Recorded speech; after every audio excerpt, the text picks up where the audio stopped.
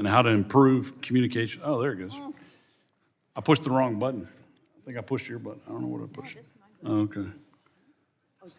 Someone got struck with lightning backstage. But I'm looking forward to hearing from our witnesses about the needs of our first responders and how to improve communications for our public safety. I want to start by taking a moment of personal privilege and recognizing our Chief Counsel, Kate Harper. Today is her last day working for the committee. We're bittersweet, but excited for her. She starts a new job after an incredible career on the Hill, 6 of those years with our great Committee on Energy and Commerce. Kate has a lot to be proud of in her time here, finding a nearly impossible deal for our spectrum auction in this year's reconciliation bill, working on keeping our kids safe from TikTok's Chinese ownership, and finding ways to expand broadband for all Americans. She has been invaluable to the progress and growth of our subcommittee and subcommittee members, myself especially, and I know that I can attribute a lot of my success, probably all of my success as chairman, to her and her hard work. So looking forward to seeing her grow in her career, and more importantly, as her family grows. So thank you, Kate, for your wonderful service to this committee. We wish you all the best.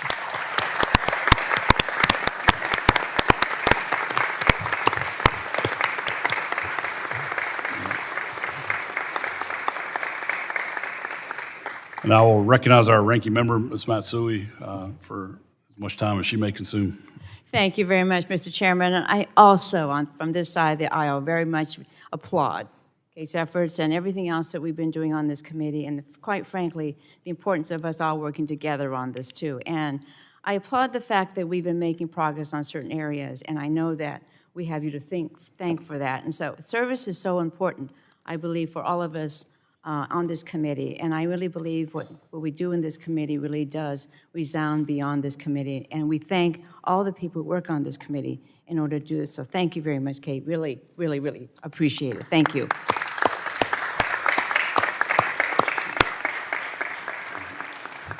Thank you for that. Listen, communication systems are crucial for our public safety organizations. Our first responders need reliable communications to be able to answer calls for help. We have unfortunately experienced many instances where our public safety communications didn't work, and the consequences were devastating. During the horrific terrorist attacks in the United States on September 11th, 2001, the anniversary of which is this week, our communications networks were overloaded, resulting in calls being dropped or not going through. More recently, although significantly improved from 2001, in my home state of North Carolina, we felt the severe impacts from Hurricane Helene's devastation, ultimately preventing people from being able to call 911 and receiving life-saving care. These are just 2 examples of major events where a lack of public safety communication cost hundreds and thousands of lives. Today's first responder communication landscape looks vastly different than that of 2001. After 9/11, Congress stood up the 9/11 Commission, which released recommendations to prepare for and guard against future attacks. One of those recommendations led to Congress establishing the First Responder Network Authority, or FirstNet, a nationwide broadband network specifically built for public safety. FirstNet was allocated 20 megahertz of spectrum and $7 billion to build out the networks in all 50 states and territories. In 2017, AT&T was selected to deploy this network, and since then, other providers offer competitive services to serve public safety.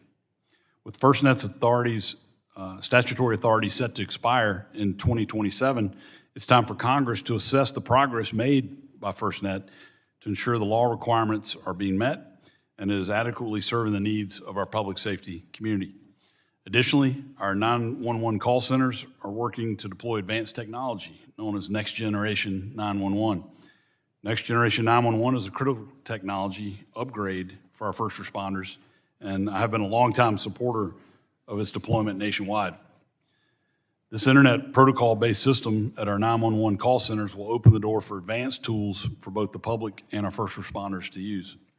NG 911 equipped centers are able to receive text messages, photos, and videos to help aid response efforts. This technology also allows for seamless integration of artificial intelligence for cybersecurity purposes and to aid call takers in times of large call volume or provide real-time language transcription or even translation. Once fully deployed, NG911 will be able to provide specific geolocation data for wireless callers, known as dispatchable location. This accurate location will let first responders know the exact location of a caller automatically instead of just the nearest cell tower. Similar technologies are also being implemented to transmit vertical location data, which can help first responders locate the exact floor of someone in a high-rise building. Equipping our first responders with this information can improve response times and help save lives. Importantly, this technology allows calls to be transferred or rerouted to other call centers in the event a call center is taken offline due to an outage or a natural disaster. Our public safety and law enforcement officers put their lives on the line every day to help us in our times of need, and we must make sure they have the best tools available to do their jobs. Today, we will hear from our witnesses about the state of public safety communications and whether public safety needs are being met. We will hear about the tools and technologies that are most effective for them to do their job and where improvements can be made. I look forward to hearing from the witnesses today about these issues and how Congress can stand ready as a partner. I now recognize the ranking member, the gentlelady from California, for her opening statement. Thank you very much, Mr. Chairman. Today's hearing is about one of the most critical resources keeping America safe. Public safety communications are vital to ensure we have round-the-clock warnings to avoid tragedies, such as lives lost and the tens of thousands displaced during this year's California wildfire season, or this summer's flash floods in Central Texas, the deadliest in almost 49 years. These are not just one-off events. As climate change worsens, extreme weather events are becoming more common and deadly. Yet instead of investing in the public communication systems that literally save lives, Republicans are bending the knee as President Trump takes a wrecking ball to our public safety infrastructure. In July, congressional Republicans gave in to President Trump's demands to cancel over $1 billion in funding to local public television and radio stations. Public media stations, which reach nearly 99% of Americans and can send out emergency alerts even when cellular and internet service are down. In 2018, Sacramento's KVIE Public TV delivered the first ever earthquake early warning in under 3 seconds. This warning system by California public TV stations gives the public critical seconds of notice before shaking begins, allowing people to move to safety, hospitals to protect patients, and operators to secure critical infrastructure.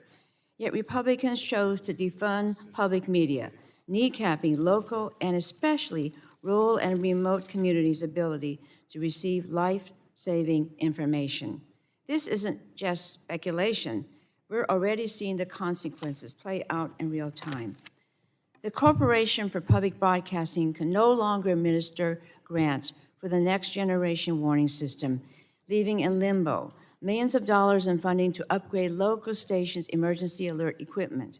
And thanks to their one big ugly bill, Republicans have hijacked billions of spectrum auction dollars to fund tax breaks for the wealthy, abandoning past bipartisan plans to use those funds for next generation 911 nationwide to update decade-old systems and provide faster, more accurate emergency responses.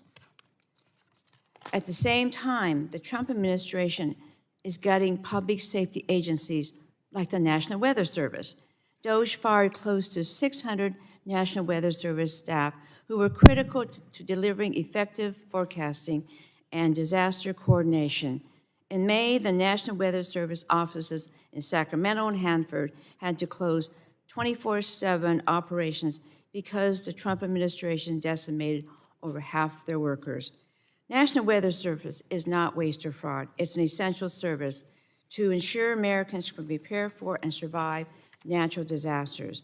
Yet the Trump administration continues to dismantle what makes Americans safe. Take FEMA, the lead agency for coordinating federal disaster response. Before hurricane season, President Trump slashed FEMA's workforce and canceled billions in disaster preparedness funding. Across the board, where the government is providing a service that makes people safer, President Trump has decided it's not worth the cost. Is that really the legacy my Republican colleagues want to leave behind? the best they have to offer their constituents. We should be investing more resources in our public safety infrastructure, not taking a chainsaw to them. We must restore public media funding, invest in next-generation 911 nationwide, and fight back against President Trump's public safety cuts. I look forward to hearing from our witnesses about how we can strengthen public safety communications. And I do hope we can get back to working on this issue in a common bipartisan way instead of standing by as this administration cripples our public safety and disaster preparedness. And with that, I yield the balance of my time. Thank you, gentlelady. I now recognize the chairman of the full committee, the gentleman from Kentucky, for 5 minutes for his opening statement. Thank you. Thank you, Mr. Chairman. Thank you for bringing us together for this important hearing. Thanks for all of our witnesses for being here. As you know, we're here in the wake of the tragic floods of Texas, and our hearts have been heavy for Representative Pfluger, who sits next to me, and Representative Carter, who had children and grandchildren at the camp who are fortunately okay, but they lost friends, and Representative Carter's grandchildren lost their cousin on the other side of his family, and it's just a heart-wrenching time, and our prayers are still out for these families, and it's just, but this tragedy highlights the importance of the hearing we have today and the communications infrastructure that we need in desperate moments like these. And we may take 911 for granted. As a matter of fact, if anybody's ever heard Robert Adderholt say this, in 1968, the first 911 call was placed in Haleyville, Alabama. I'm not sure why Haleyville, Alabama chose to be the first place to do it, but they did. And before that, you had to look up the sheriff or the police officer or the hospital number in a phone book. Those of us old enough to remember phone books. And now the single 3-digit number improves the response times and saves lives. So I think Robert was 2 or 3 years old, so think of how far the world's come in Robert Adderholt's lifetime. And it's just not that long ago. I mean, I know he's a little older than he wants to be, but it's not that long ago that we really had that this was implemented. And so since that first call, the technology has really changed, but it's changing exponentially now. And next generation 911 is becoming more common at call centers around the country, which means faster and more prepared emergency responses, including enhanced location accuracy. I remember when I first got here, we were talking about this the first time, that somebody in a hotel room's mom, some domestic abuse, and a child called 911, knew to call 911, and they were little, but couldn't tell them which room they were in. So the police showed up to a hotel, but didn't have any idea which room to go to. So I know that is get even better with this type of where we are with next generation. So regardless of what type of technology or which service providers first responders use, it is critical that their communication tools work reliable in the moment of need. My whole state of Kentucky has dealt with flooding and tornadoes in recent months, and my district dealt with the same just a few years ago, including my neighbors behind me. The tornado missed my house by about 100 yards. And so I've seen firsthand how access to reliable communications and having first responders that show up when you're needed is extremely, extremely important. And it helps those in need. But before I wrap up, I have to take a second to thank Kate Harper as well, Kate O'Connor Harper as well. She's been a valuable member of the team, always pleasant, always, and one of the smartest people you'll deal with maybe in all spaces, but certainly in telecommunications, and it's just been a pleasure to work with. And my daughter has moved to Chicago, so I always enjoy her Chicago accent. And the fact that she's going to work for a company, I don't know if we can say or not, but the company that has a hard O and a hard A in the title, it's fun to hear her say where she's going to work. So anyway, so that's thanks a lot, Godspeed, and you mean a lot to this committee. And I look forward to working with you in your new endeavor. And Mr. Chairman, I yield back. Thank the gentleman. Now recognize the gentleman from New Jersey, the ranking member, for 5 minutes for his opening statement. Thank you, Mr. Chairman. At a time when our nation is facing more and more devastating extreme weather events, from wildfires to hurricanes to flooding, it's critical that Congress do more to keep first responders connected and our communities informed. The Energy and Commerce Committee has a long history of supporting emergency communication systems and the first responders who rely on them day in and day out to keep our communications safe. Unfortunately, the Republican majority has jammed through bills that abandon first responders and the safety of our communities. The Republicans' big ugly bill reinstated the Federal Communications Commission Spectrum Auction Authority without any plan to ensure that auction proceeds will fund priorities that serve the public interest. In fact, my Republican colleagues abandoned a bipartisan agreement that was unanimously passed out of the full committee last Congress to fully fund the deployment of Next Generation 911 across the country using those revenues raised from spectrum auctions. Many of America's emergency communications centers rely on outdated infrastructure and technologies from half a century ago. This makes them less effective in dispatching timely emergency response and leaves them dangerously vulnerable to cyber attacks. It's long past time to address this problem, but instead of devoting just a fraction of the big ugly bill's nearly $90 billion in spectrum auction revenues to modernize our public safety communications systems, Republicans made a conscious choice that tax breaks for billionaires and big corporations are a more deserving cause, and I completely disagree. Next Generation 911 is a critical public safety initiative that would save countless lives. NG 911 will allow Americans to call and send texts, images, or videos to 911 to help first responders and emergency personnel better assess emergencies and assist people in need. It will reduce response times and equip first responders with life-saving information before they arrive at the scene. And these funds would save lives, but Republicans walked away from the agreement to invest in this program with their big ugly bill, and I think it's a betrayal of our nation's first responders and 911 dispatchers. In another blow to public safety, congressional Republicans and President Trump stripped away billions of dollars in promised funding to public broadcasters who play a vital role keeping communities informed during times of emergency. The Corporation for Public Broadcasting will now close its doors by the end of this month, and the public stations it served are already staring down the negative consequences of Republicans' actions. Look no further than the Federal Emergency Management Agency's Next Generation Warning System grant program, which was administered by the Corporation for Public Broadcasting.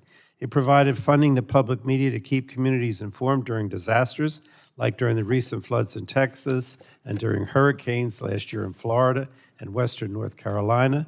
Since the funding rescission, the program's future is in serious jeopardy, threatening public stations' access to funding to upgrade and maintain emergency alert systems. And this committee's work to improve public safety communications capabilities has traditionally been a bipartisan endeavor, and it should be. But it's impossible to ignore the near constant damage our Republican colleagues inflict on institutions that serve the public interest. It's our job to ensure first responders have the tools they need to communicate and that broadcasters are equipped to keep the public informed. And these senseless cuts make their jobs harder, not easier. So I hope we can reverse course and get back to work in a bipartisan way to pass real solutions to make our public safety communication systems faster, more reliable, and more secure for the benefit of all Americans. We should be working together to pass and fully fund the Next Generation 911 program. But we also have to come together to address the looming sunset of the First Responder Network Authority, or FirstNet, to ensure that first responders do not lose access to this vital communications network and the capabilities that it provides.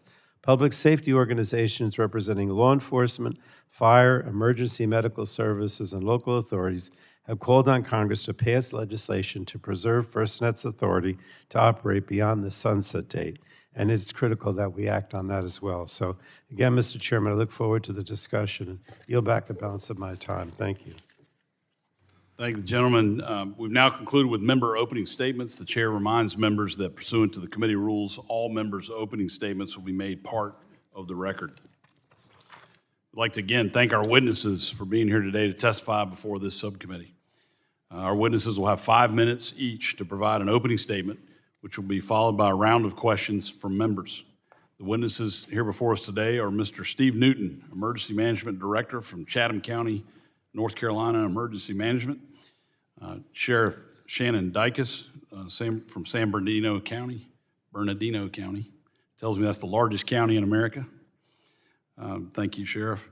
Dr. Brian Fonts, former Chief Executive Officer for the National Emergency Number Association, and Mr. Randall C. Wright, Executive Director, Florida Public Radio Emergency Network and Project Beacon.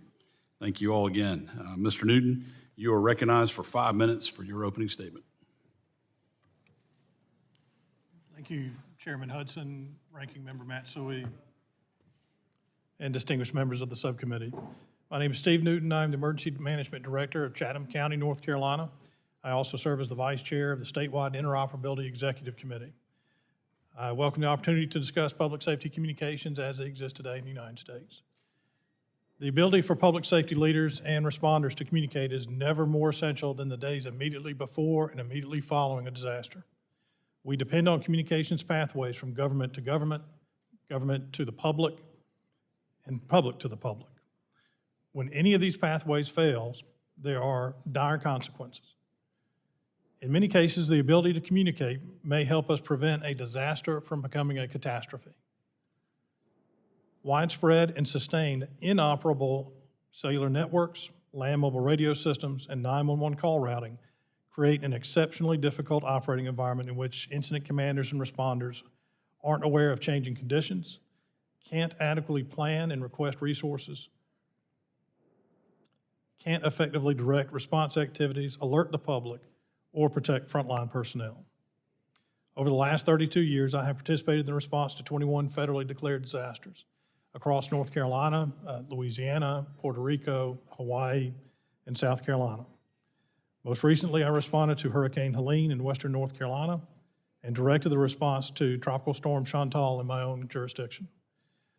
Of those disasters, 3 stand out for their impact to public safety communications. First was in 2005 at St. Tammany Parish in Louisiana after Hurricane Katrina. And the common theme that you will hear, wind, torrential rain, and flooding. In this case, storm surge resulted in loss of life, damage to homes, damage to 911 centers, and I will fluctuate between calling it a 911 center, a comm center, a PSAP, or a public safety answering point. Please forgive me. Our emergency response facilities were affected, public works yards, communications tower, wired and wireless internet, and telephony. In Louisiana, 2 911 centers were offline for more than 30 days. For the first week after impact, we had no call routing, so 911 calls were either abandoned or were not consistently routed. Some were answered, some just did not go through. Even after 10 days, some manual call routing could occur, and they went to 10-digit lines. And what you get with a 10-digit standard telephone line is you get a voice, but you don't get any of the additional data, locations, anything like that. In 2017, I responded to the Commonwealth of Puerto Rico after Hurricane Maria. The day after landfall on September 20th, 95% of their cell phones were out of service. And that's a combination, and again, you'll hear common themes today. It was a combination of damage to fiber optic backhaul and transport lines, and then certainly into the days and weeks and months that followed, it was interruption of the power supply. Due to limited communications, our team, we broke up into several teams. I was given the area around San Juan and 6 municipalities or counties in Puerto Rico. We spent 3 days going from municipality to municipality to try to locate local leaders, to just understand what they were facing, understand what the dire needs were that we could work on today. And these needs, and I arrived 3 weeks out, these needs included oxygen, water, food. And again, we had to drive around with a piece of paper and try to find these folks. Ultimately, it would take 11 months to restore 100% of the power on the island, the longest power outage in U.S. history that I'm aware of. And then in 2024, I responded to western North Carolina after Hurricane Helene. Again, wind, torrential rain, flooding, in this case, landslides. Did the same damage, damaged infrastructure, damaged homes, loss of life. Over 1,700 miles of fiber optic cable were destroyed. 19 PSAPs were taken offline where they could not receive a 911 call directly. In our case, 74% of cell sites were out of service across the region. Again, a result of fiber optic transport lines being cut, the result of power outages and inaccessibility. Hurricane Helene represented some of the most complex communications challenges I've ever faced as a professional. I will leave you with the successes for us, the North Carolina 911 Board's statewide emergency services IP network, the EZNet, meant that of those 19 PSAPs, their calls were routed to a backup PSAP. So if a call made it to the system, it was answered. Our state highway patrol's Viper land mobile radio system processed 3 million calls. And then finally, our partnership that coordinated repairs, deployables, and broadband internet to bring us back online. Thank you. Thank you. Sheriff, you have 5 minutes for your opening statement. Chairman Hudson and Ranking Member Matsui and members of the subcommittee, thank you for the opportunity to appear before you today, and thank you for all of your continued leadership on advancing Next Gen 911. My name is Shannon Dicus, and I serve as the Sheriff of San Bernardino County, California. I'm testifying on behalf of Major County Sheriffs of America, an association representing sheriff's offices that collectively serve more than 110 million people in urban, suburban, and rural communities. Sheriff's offices cover entire counties, which means we oversee both city and unincorporated areas, critical infrastructure, and remote rural regions. We respond to a wide range of emergencies to coordinate daily with federal agencies, state and local partners, fire service, and emergency medical service. We also operate some of the nation's largest 911 centers. Many smaller agencies in our regions rely on us for communications support. So when systems are disrupted, the impact is broad. For this reason, emergency communications remain one of our highest priorities. We have seen why this work matters. When Central Texas was hit with severe flooding this summer, many residents reported late or missing warnings. Those delays cost precious time.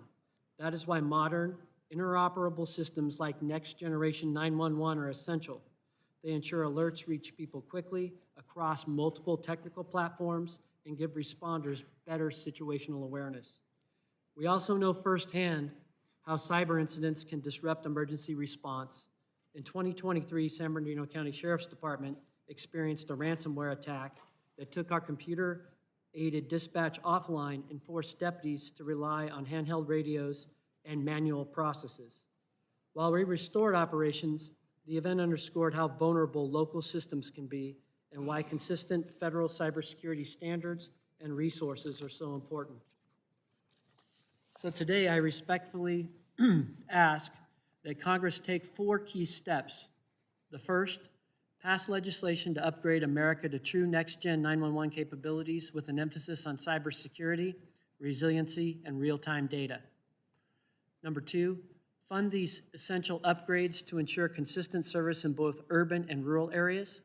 Number 3, remove the sunset provision on the FirstNet Authority, allowing continued reinvestment of program revenues into network improvements without taxpayer dollars.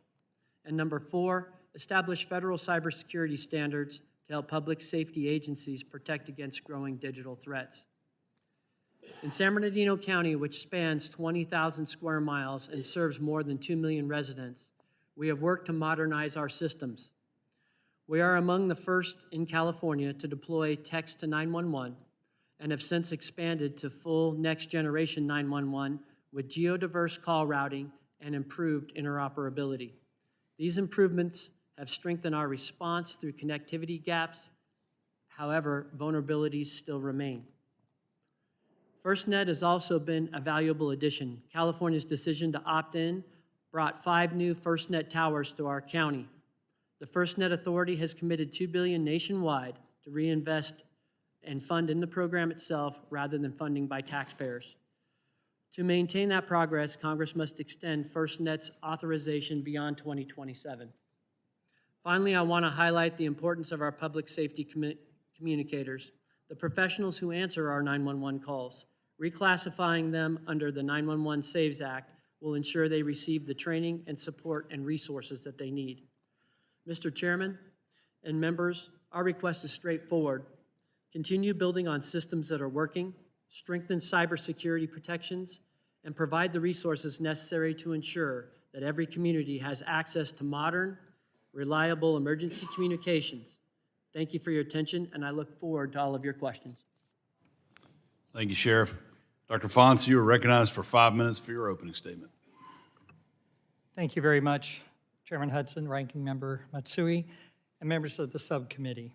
I'm honored to be here today. My goal is really rather simple. I have 2 of them. The first is I ask Congress to enact legislation to reclassify the dedicated 911 professionals as true public safety professionals and to fully fund the deployment of next generation 911. I echo the comments of my colleagues. Currently, 911 professionals are classified as administrative or secretarial, similar to receptionists and secretaries, rather than the protective service, and it is with this protective service that includes police and fire. It should also include 911 professionals. This misclassification is a relic of legacy 911 last century, Haleyville, Alabama, when I was a senior in high school, when the first public 911 call was made. Today, 911 professionals do so much more. They handle medical triage, provide crucial situational awareness for our emergency response teams, and they undergo rigorous training in the various medical protocols, technologies, and procedures that must be followed. Representative Torres, a former 911 professional, and Representative Fitzpatrick, along with Senators Blackburn and Klobuchar, have long championed the 911 Saves Act. This zero-cost bill would reclassify 911 telecommunicators, or professionals as I call them, for what they are, true public safety professionals. They are key components to the emergency response team. As such, they deserve to be recognized alongside their public safety colleagues. The next issue, funding is urgently needed for Next Generation 911. 911 is often the first point of contact between citizens and emergency first responders or field responders. Yet many of our nation's 911 systems are rooted in last century, voice-centric technology. Nearly 90% of the 911 calls today originate from smartphone devices, broadband-capable devices. But legacy 911 systems are not designed to receive data or to process data, videos, texts, or other important information relevant to that specific emergency. The answer is simple. Next Generation 911 is a suite of standards-based technologies that will fully modernize the 911 systems with information-rich data, enhanced cybersecurity, redundancy, and resiliency. We've heard this already. And this will inevitably protect the public in a more efficient manner. It allows 911 centers to push and pull data between and among the centers themselves. But NG 911 only works if 911 centers across the nation can acquire necessary technologies. Transitions costs moving from legacy 911 systems to next generation 911 systems adds financial strain to local communities, tribal lands, and states. The sooner NG 911 can be deployed, the sooner these expensive to maintain last century legacy systems can be phased out. We saw the potential of NG 911 in North Carolina with Hurricane Helene. Centers using emergency service IP networks, or ESI nets, or SE nets, a key component in the building blocks for next generation 911, enabled a variety of things to occur, such as geofencing affected areas and routing calls to other centers that were not affected by the hurricane. But ESI nets alone are not enough. Until the entire country is fully deployed in next generation 911, no state, regardless of its investment, will fully realize the maximum benefits of next generation 911.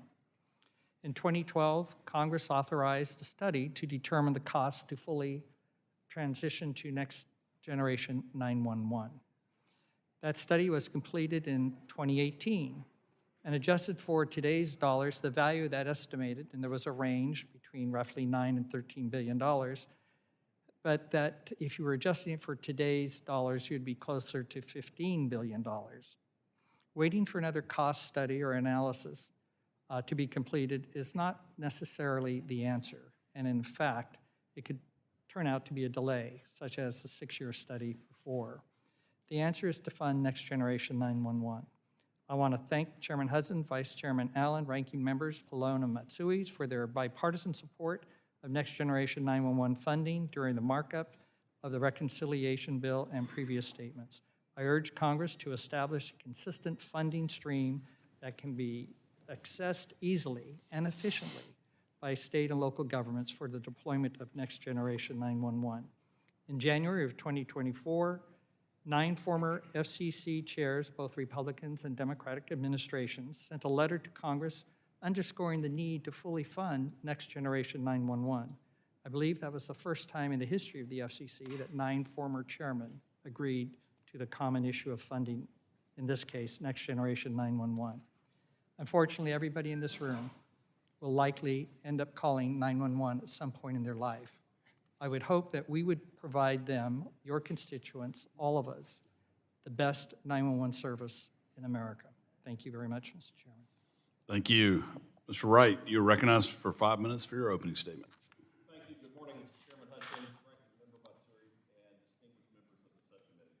I'm Randy Wright, Executive Director of Media Properties at the University of Florida and General Manager of WUFT, which are non-commercial public radio and television stations. Our mission at WUFT and the University of Florida extends across the state of Florida, but also the state of South Carolina through transformative public safety initiatives, the Florida Public Radio Emergency Network, and a new initiative called Beacon, which is an AI. You know, you would think, starting in radio at the age of 14, right?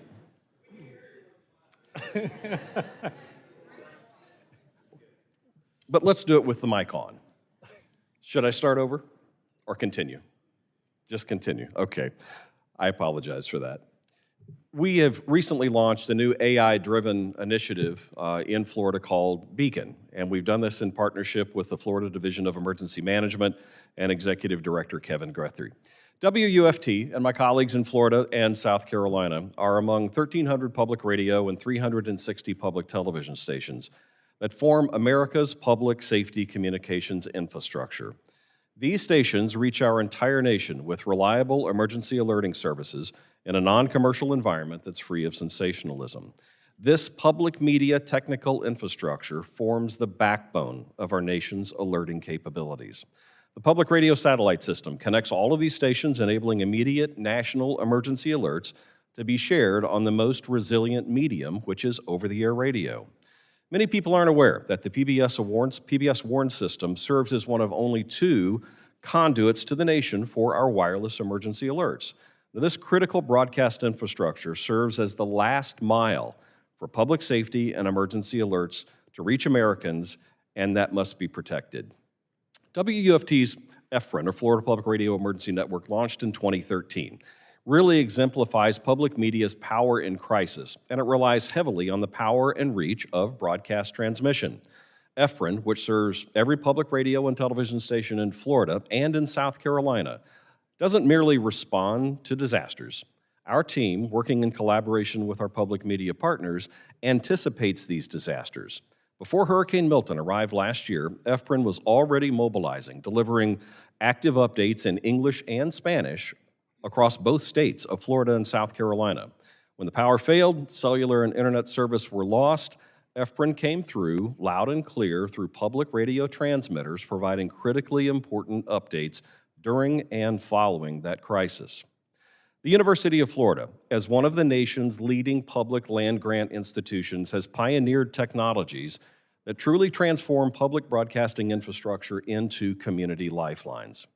WUFT provides the only consistent local news source for much of North Florida, including rural areas with no other news outlets. This journalistic depth powers our position as a lifeline for fact-based public safety and emergency information that saves lives and property in partnership with emergency management agencies statewide. UF is truly a hotbed for a variety of public safety initiatives, including a current effort with AT&T FirstNet to develop Safer Places, which allows our University of Florida research teams and law enforcement to advance solutions to better protect against situations like active assailants.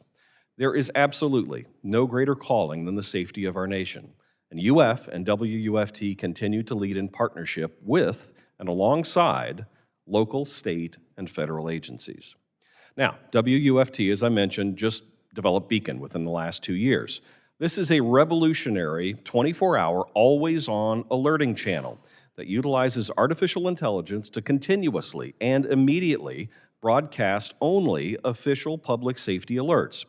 Beacon broadcasts on dedicated public radio frequencies. It streams online, and it reaches mobile devices through the Beacon app. Serving communities in multiple languages, Beacon provides a commercial and news-free sanctuary where nothing but those official alerts get out without distraction.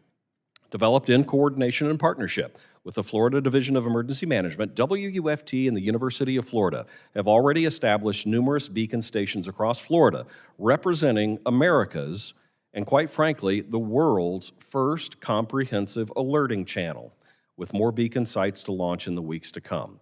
Local emergency management leaders at the county level, like Jen Grice in Alachua County, Florida, John Schultz in Lee County, Florida, have fully embraced Beacon, along with other county-level leaders already incorporating the solution into their community engagement strategies. This marriage of EFPRIN and Beacon creates a comprehensive solution, delivering trusted coverage alongside official alerts directly from emergency management agencies. What this means is that these are solutions that serve all Americans, urban or rural, rich or poor, with comprehensive, immediate, and ongoing alerting. With the recent rescission of federal funding support for public broadcasting, which directly impacts this infrastructure that's so critical to the alerting last mile, we urge Congress to find new pathways of support for these critical services and for innovative solutions like EFPRIN and Beacon. Public media's infrastructure represents an irreplaceable national asset for emergency communications, particularly serving rural and underserved communities where alternatives are prohibitively expensive. In the public broadcasting sphere, we are very proud and consider ourselves to be a utility for the American people, a must-have, not a nice-to-have. Public broadcasting and our infrastructure truly consist to become America's alerting first responders. Thank you. Thank you, Mr. Wright. We'll now begin a period of questions from members. I'll recognize myself for 5 minutes. Mr. Newton, thank you for being here today. You talked about 2024 Hurricane Helene tore through western North Carolina, causing widespread damage and more than 100 fatalities. I understand a significant portion of the communications infrastructure was destroyed, per your testimony, and several of the call centers, the 19 call centers, were out of commission. Can you talk about how North Carolina's statewide Next Generation 911 system helped public safety officials respond to this disaster? Thank you for the question. The 19 PSAPs that were taken offline because of fiber line cuts primarily were able to be rerouted. And so because the calls are managed and from a digital level on this EZNet that we have statewide with all 124 PSAPs, that if their normal call rerouting plan isn't appropriate because of call volume and things like that, that the Network Management Center, Operations Center, the NMAC, is able to then reprovision and turn those calls to another 911 center that's not impacted. In fact, one of the communities that was impacted, Mitchell County, I believe it's Mitchell, we received calls for them for 30 days after the event, which means that I call 911 from Western North Carolina, I get help from a trained, equipped professional, and then that call itself, and if I need fire, I need EMS, I need police, is able to be routed back to somebody who actually dispatches it. That's amazing. You know, Next Generation 911 has been said by several witnesses is the next critical step in improving our nation's public safety communication system. It'll allow for more advanced types of communications, as you've mentioned, increase interoperability, like the example you gave, and increase cybersecurity. However, these systems are complex and require careful planning and expertise for implementation. Dr. Fonts, how can Congress be an effective partner in ensuring the successful nationwide deployment of Next Generation 911 technology? Thank you. I think first and foremost is to provide the funding necessary to transition to Next Generation 911. Communities across the country, while maintaining legacy systems at their cost, also are beginning or need to begin making the investment in Next Generation 911. it's a costly endeavor. And the longer the time frame between the legacy 911 system sunsetting and the deployment of next generation 911, the greater the cost is going to be to the community. So the easiest, the quickest, and I say quickest not to give any false impression that it's going to be an overnight activity, but if the dollars were there, the planning and the completion of those that already began their plans can take place to ensure that our nation has the best available next generation 911 systems. Thank you for that. Sheriff Dicus, San Bernardino County, as you said, is more than 20,000 square miles and geographically very diverse, including urban density, national forest, Mojave Desert. Does just one communication service or technology reach every part of your jurisdiction? And if not, how does your department handle that and ensure that you've got maximum communication across the county? Chairman, that's an excellent question. So it's really a combination of multiple systems. So for instance, in our computer, in terms of answering calls for deputy sheriffs, we run 2 communication cards. One is FirstNet, and the other is a Verizon card. And the reason is coverage for a county that vast. I mean, it takes 4.5 hours to drive across. And then, of course, our legacy 800 megahertz systems, which really is the backbone that we depend on, having the ability for a deputy to either get on the radio or get on a cell phone and accomplish the task that they've been asked to do.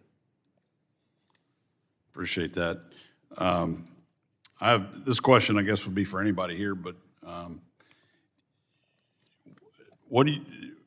it's sort of a building on what I asked Dr. Fons. I understand funding is an issue, but are there other things Congress can do to sort of help cut through and make this nationwide deployment possible? Are there other issues out there that we need to resolve or intervene on behalf of that you can think of? I'd open that to any of the witnesses. I'll take it, Chairman. It's been my own experience. Governance and policy issues. When you're talking about critical infrastructure that you're placing across the country, especially when you're going through different jurisdictions, they obviously have different policies and different governance. Creating a national standard so that you can overcome those types of obstructions, making sure we're able to build out that critical infrastructure so that we can all communicate across the boards, which is why I say it's really important for this group to take a look at and provide that consistency and that platform for the build out for all the states. Right. I'd like to add to that, the obvious importance, of course, is planning. And so I think it's important that if funding were made available, it is important to recognize how that funding is made available. Is it something that you do on an incremental basis? A first tranche of funding for planning and early rollout, a second tranche of funding for the deployment, and of course, the final tranche for completion. So I'm asking that Congress can be creative in how they fund Next Generation 911. The governance aspect is vitally important. You want to make sure that however funds are available, that those funds work within the processes, the procedures that state 911 administrators and local governments actually have in place in order to utilize the funding that would be available for the purpose of deploying Next Generation 911. Great. I appreciate that. This time I'll recognize our ranking member, the gentlelady from California, for 5 minutes for her questions. Thank you very much, Mr. Chairman. California public broadcasting stations like Sacramento's KVIE play a critical role in public safety, from providing wildfire outbreak alerts to delivering early earthquake warnings within seconds. This summer, President Trump and congressional Republicans gutted more than $1 billion in funding to our local public television and radio stations, funding that our local stations rely on to provide a fail-safe path for Americans to receive life-saving emergency alerts, warnings, and evacuation routes. Mr. Wright, I think you agree that we do need this public funding. It's really critical for public safety. And well, I say this too, but can private for-profit networks sufficiently replace public media's role in public safety communications? Thank you, Congresswoman. I appreciate your question. You know, I think that public broadcasting, to start with, is very unique in our media ecosphere here in the country. The rescission has had profound impacts already in terms of local services that stations like yours in Sacramento have been able to make, but now may be having to cut. I think the unique advantages that the public broadcasting infrastructure brings to bear are what we need to focus on. And some of those are, we have a unified approach. We have a system that reaches the entire country. We have a culture that's built around public safety and public service. It's not a profit motive that is incorporated into our DNA. Our DNA and our culture is built around public safety and public service. So do I think that we are uniquely qualified with the investment that the American people have made through the decades to really take advantage of this infrastructure to enhance public safety, to enhance service to the American people? I think the future belongs to public broadcasting when it comes to creating these public safety solutions. Right, I agree with you there. This committee played a pivotal role in standing up the nationwide public safety broadband network, or FirstNet. I've long advocated for strong and effective governance over FirstNet, as it holds significant responsibility over the use of highly valuable spectrum and public funding. Dr. Fonts, is FirstNet solving public safety communications needs? If you had the power to fund additional public safety priorities, would you focus on and how much might it cost? Yes, I am going back, thank you for that question, actually. I'm going back now several years. Not too far back now, because we don't have much time here. Yeah, I know, believe me. The fact of the matter is public safety did not have access to a nationwide public safety broadband network. Now, we call this FirstNet, or the FirstNet Authority that oversees this public safety broadband network. I'm not here to say that that network should be sunsetted. What I am saying is that network does provide a service.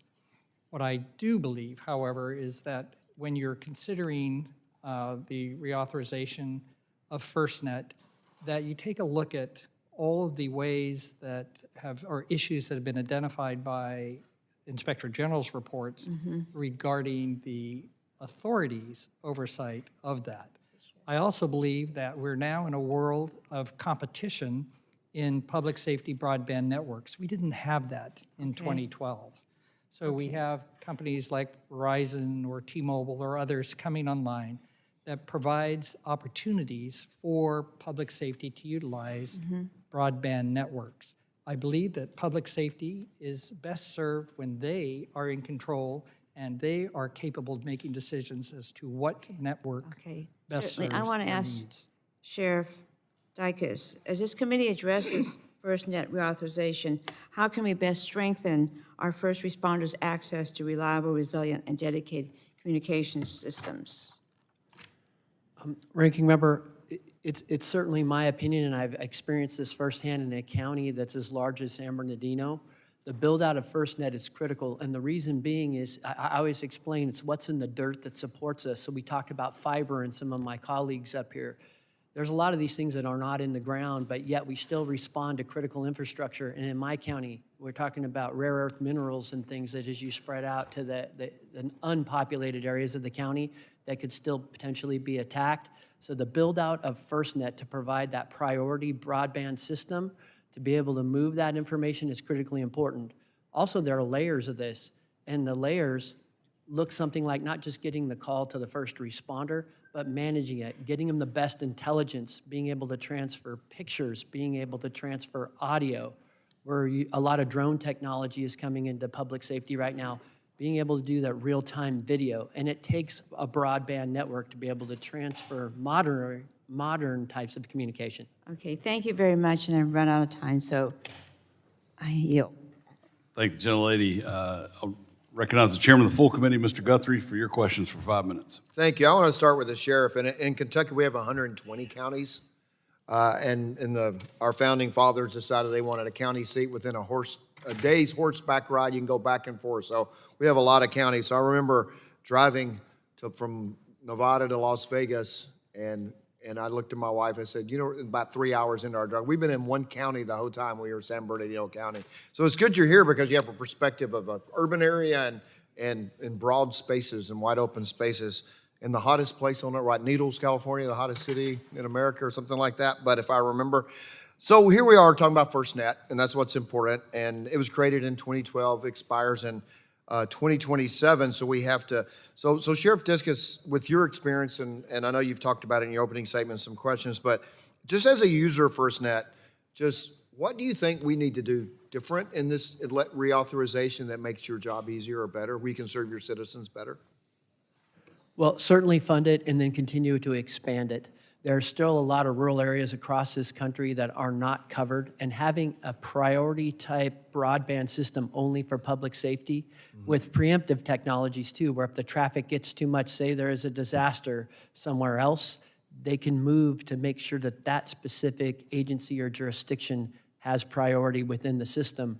And I think with AI, there are still so many things to come technically. Having a robust broadband network to be able to ingest whatever types of new communications we're going to receive is critically important to moving public safety forward and managing major critical incidents. So due to the size of your county, I don't know how many counties California has, but man, your county is large, as we described. You use multiple service providers across your county, right? And I know that's probably necessary. And does it affect your ability to do your job by having different service providers in your own jurisdiction?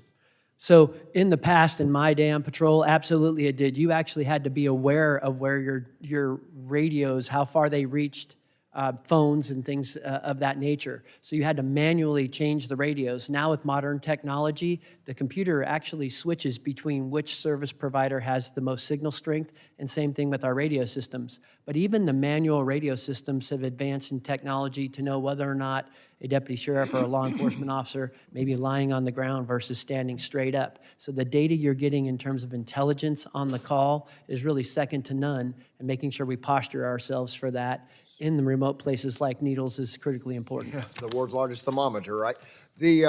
So your ability to do your job, the technology has compensated for the fact you have multiple providers in your jurisdiction. So the technology. It certainly has helped, yes. Okay, thanks. And also, unfortunately, we've seen cyber attacks disrupt 911 systems and dispatch centers. So, Sheriff and Mr. Newton, the question to you, from your perspective, what more can the federal government do to help local law enforcement and public safety agencies strengthen their cybersecurity? Well, as I mentioned in my opening, we've experienced a cyber attack, and as a sheriff, all of a sudden you have these conflicting issues. And number one is talking about maybe some governance or policies that relates to cybersecurity insurance for counties like mine. And the reason being is they bring in expertise to be able to manage those and get your systems back up. But talking about our computer automated dispatch system, it took us down. Most sheriffs, for all of you, a lot of our local agencies rely on our backbone. So we talk about security switches, in our case, California Law Enforcement Telecommunications System. Even though we still had voice technology to communicate to the cops on the radio, think about being able to get warrants processed. You could be out with a dangerous felon and not get it. So absolutely 100% critical to keep this moving forward and look at things outside of not just the technology, but also support and how to get it quickly. Okay, Mr. Newton, how can federal government help in cybersecurity situations? I think expanding the work that we already do, the collaborations with the FBI and CISA, the Cybersecurity Infrastructure Security Agency, the common theme of reliable funding. What we see, we had a very similar experience as the sheriff in our community, in which it's a continuity event for us. That our ability to do mission essential functions is interfered with, and so our ability to bring in resources and how do we stay in the business of providing government services during these events. And then I think continuation of vulnerability assessments, of looking at, it's a big patchwork quilt across this country. And especially in the world of cybersecurity, we have got to invest the time and effort into where do we stand, where do we need to be, how do we get better. Thank you. I yield back. Thank you, Chairman. The Chair now recognizes the ranking member of the full committee, Mr. Pallone, for your 5 minutes of questions. Thank you, Mr. Chairman. For more than a decade, this committee has worked to pass legislation to upgrade communication systems in 911 centers around the country, and it's a bipartisan endeavor that will improve emergency response and save lives. And that's how I was so disappointed that my Republican colleagues passed the big ugly bill without any plan to use the proceeds from spectrum auctions for programs that serve the public interest, like Next Generation 911. So I have two questions, Mr. Fontes. Mr. Fonts, you have been a strong advocate for using spectrum auction proceeds to fund public safety priorities. Can you explain why authorizing the FCC's auction authority for 10 years without funding Next Generation 911 is a setback for public safety and first responders, if you will? Thank you. I was around when the commission first received authorization from Congress to auction spectrum, and that has and continues to be a success. It was unfortunate that that authority lapsed. Efforts continue to provide spectrum for our commercial and non-commercial uses. For the commercial space, an easy and efficient way to allocate and license spectrum is through auction authority. Now, we're in a situation where spectrum can be auctioned, but the ability to use auction revenues to fund Next Generation 911 doesn't exist. So there are opportunities here. I would first off take a look at the FCC and say, look, I know you have proceedings in the 4.9 gig band or other proceedings here that may not fall within the purview of the restrictions or the reallocations of 911 funding under the reconciliation bill. Are there opportunities there to take a look at additional spectrum that could possibly be auctioned off to support funding for Next Generation 911? Okay. And then the second question is that some have suggested that Congress needs to seek a new cost estimate for Next Generation 911 before passing a bill, but I think this is not only unnecessary, but also further delays long overdue action to invest in our public safety network. So, Dr. Fonz, do you think we need another cost estimate for Next Generation 911? No, but I think raising the question is an appropriate thing to ask. You know, do we need additional research or studies to assess cost? I don't think we do, and the reasons are, first off, the FCC collects, as part of their annual 911 report, how much states are investing in Next Generation 911. So that would give a clear indication of how states are progressing in their efforts to deploy Next Generation 911.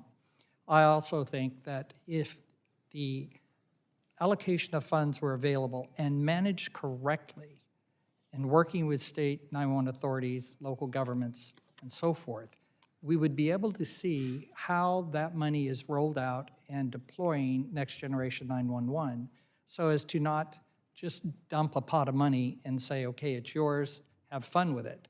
It's looking at a pot of money and managing it wisely. And who knows, with state investment as well as federal investment, we may achieve Next Generation 911 sooner rather than later. Well, thank you. I'm going to ask Mr. Newton and Mr. Wright if you have time.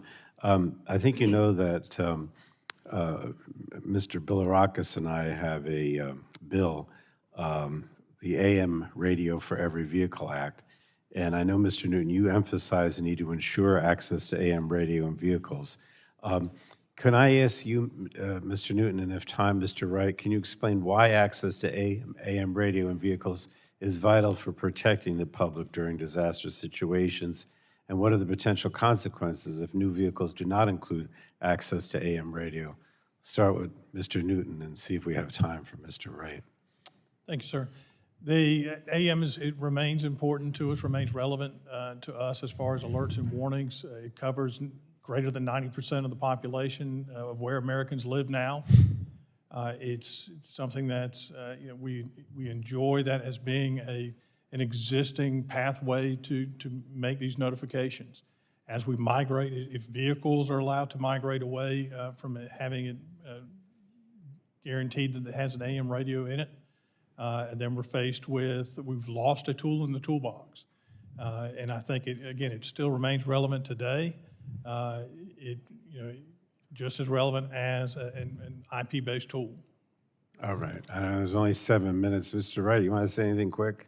Sure, make no mistake about it, AM radio is a critical tool in the tool chest. 52 public radio stations operate in the AM band, and AM is the perfect vehicle for a project like Beacon for an always-on alerting channel. Thank you. Thank you, Mr. Chairman. Thank you. I now recognize the gentleman from Georgia, the Vice Chair of the Subcommittee, Mr. Allen, for 5 minutes for your questions. Thank you, Chairman Hudson, for holding this important hearing today. And to our expert witnesses, thank you for joining us. Last year, my district suffered catastrophic damage and loss from Hurricane Helene. This was a once-in-a-100-year hurricane. Never before have we seen such damage in both the central Savannah River area and all of eastern Georgia. You can imagine 100-year-old trees and losing 40% of our treescape. And in fact, the first press conference that we had with the governor there, the state director was asked the question, how do we know where the shelters and the water and the food supplies will be, the locations? And he said, go to our website. We had no power, no internet, and of course all the television stations were there covering the press conference, and no television for 10 days. So you can see that we've got some work to do. In the weeks after this hurricane, we had disruptions, as I mentioned, and danger to both personal safety and properties. I want to simply reinforce how vital it is that we guarantee our public safety officials can always be assured that their communications will not be disrupted, especially during times of emergency. Sheriff Dicus and Mr. Newton, how has the market for public services changed in the last 10 years? So the market, going back to your point, and you brought up a great point, okay, the website's not available, how do we know? One of the things we're doing in our county, and obviously everybody has one of these cell phones for the most part now, is creating apps. We have Ready SB County as the app, so a lot of the predictive technologies of what will happen in a fire, flood, mudslide. We had Snowmageddon, similar to kind of what you're describing, that we, in Southern California of all places. But the market going, it's kind of, we've talked about various medias here today. The market is really all the medias, and we're looking at things generationally also. So certain people ingest things differently than others, and if we don't take that into part of this conversation, then we're missing the point. Same thing with first responders. If we don't develop a robust broadband network, they're going to figure out how to do it on their own with this device here. So the market has changed significantly. And then also you talk about, let's go into the sky. In my county, I have the San Andreas Fault. I have 2 main dispatch centers for that purpose and that purpose alone in terms of engineering reports that have been done. If that fault goes, they are going to certainly separate. We're also looking at Starlink and looking at the sky so that we can not just have our safety broadband network, but augment it to where we can hit a satellite and still communicate voice over IP with the systems that we're talking about here today. Good. Mr. Newton? Thank you. In a lot of the areas that I respond to, these conditions, they change. What's working today may not necessarily be working tomorrow. We have, I believe in Yancey County, we had at least 13 A-frame sandwich boards that in central parts of different communities. That's how we shared information for the first several weeks. During Helene, we also were able to take advantage of low Earth orbit satellite systems. I think there is still an opportunity for the very small aperture satellite systems to keep some of these other devices online. We would much rather have an actual cell site instead of a deployable. But our ability to work through that, and in fact, many communities now, once the deployables were introduced by the carriers, we have now invested in our own. And we just coordinate with the carriers to make sure that we're not the cause of harmful interference. Mr. Newton, obviously, do you feel better about the options that we have today versus 10 years ago? And why did you choose FirstNet over another service? So we we actually have a diverse series of systems that we use. So we use the big 3, FirstNet, Verizon, and T-Mobile. Because again, in my office, we can't fail. Everything always has to work.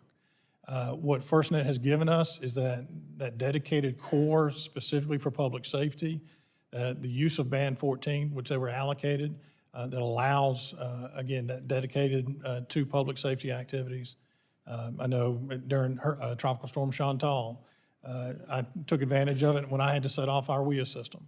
I was in the midst of the storm, I was able to connect using my FirstNet device to off-the-shelf software that actually sets off our WIA system. Okay, thank you very much. Thank you to our witnesses. I have a few more questions I'll submit for the record, and I appreciate your response on that, and I yield back, Mr. Chairman. Thank you. I'll now recognize the gentleman from Florida, Mr. Soto, for 5 minutes for your questions. Thank you, Mr. Chairman, and let me start with a thank you. I know we have a lot of law enforcement, firefighters, first responders in the room, including the sheriff. We appreciate all that you do to help protect us, and that's what this discussion is about today, saving lives and responding to emergencies, including natural disasters.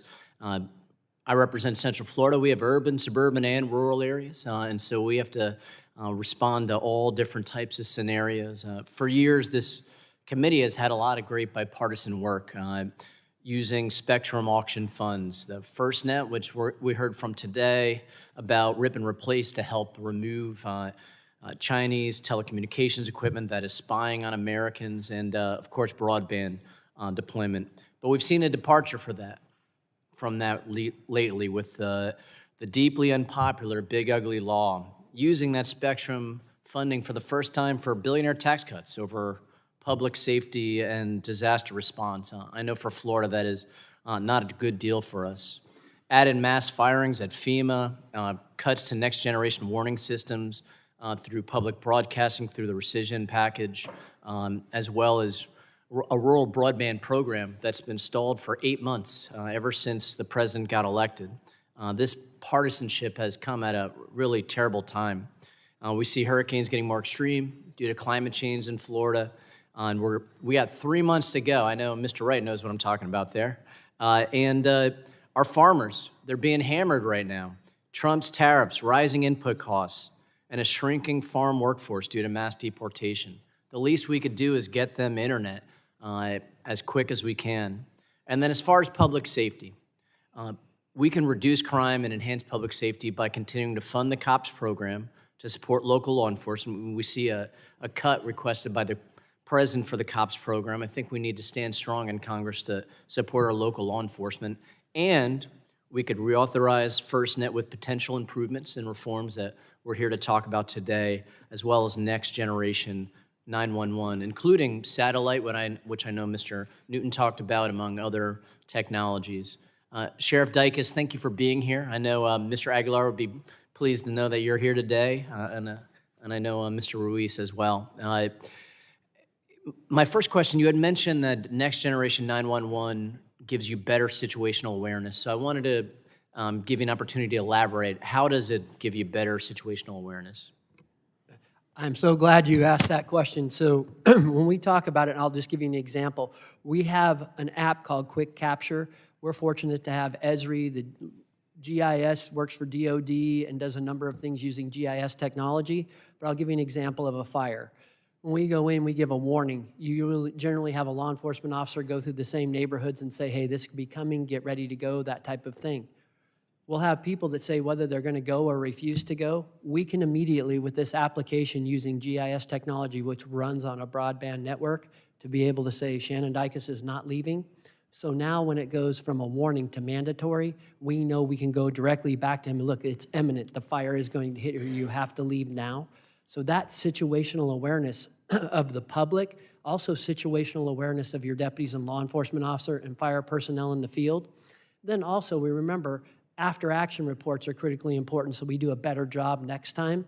We can map every place a law enforcement officer or firefighter was at to see if we hit the proper coverage areas, what communication systems were working and got us to those points. So it's amazing the technology that's available to law enforcement and first responders now to really do that analysis and give folks like you feedback to give you really what I call street view.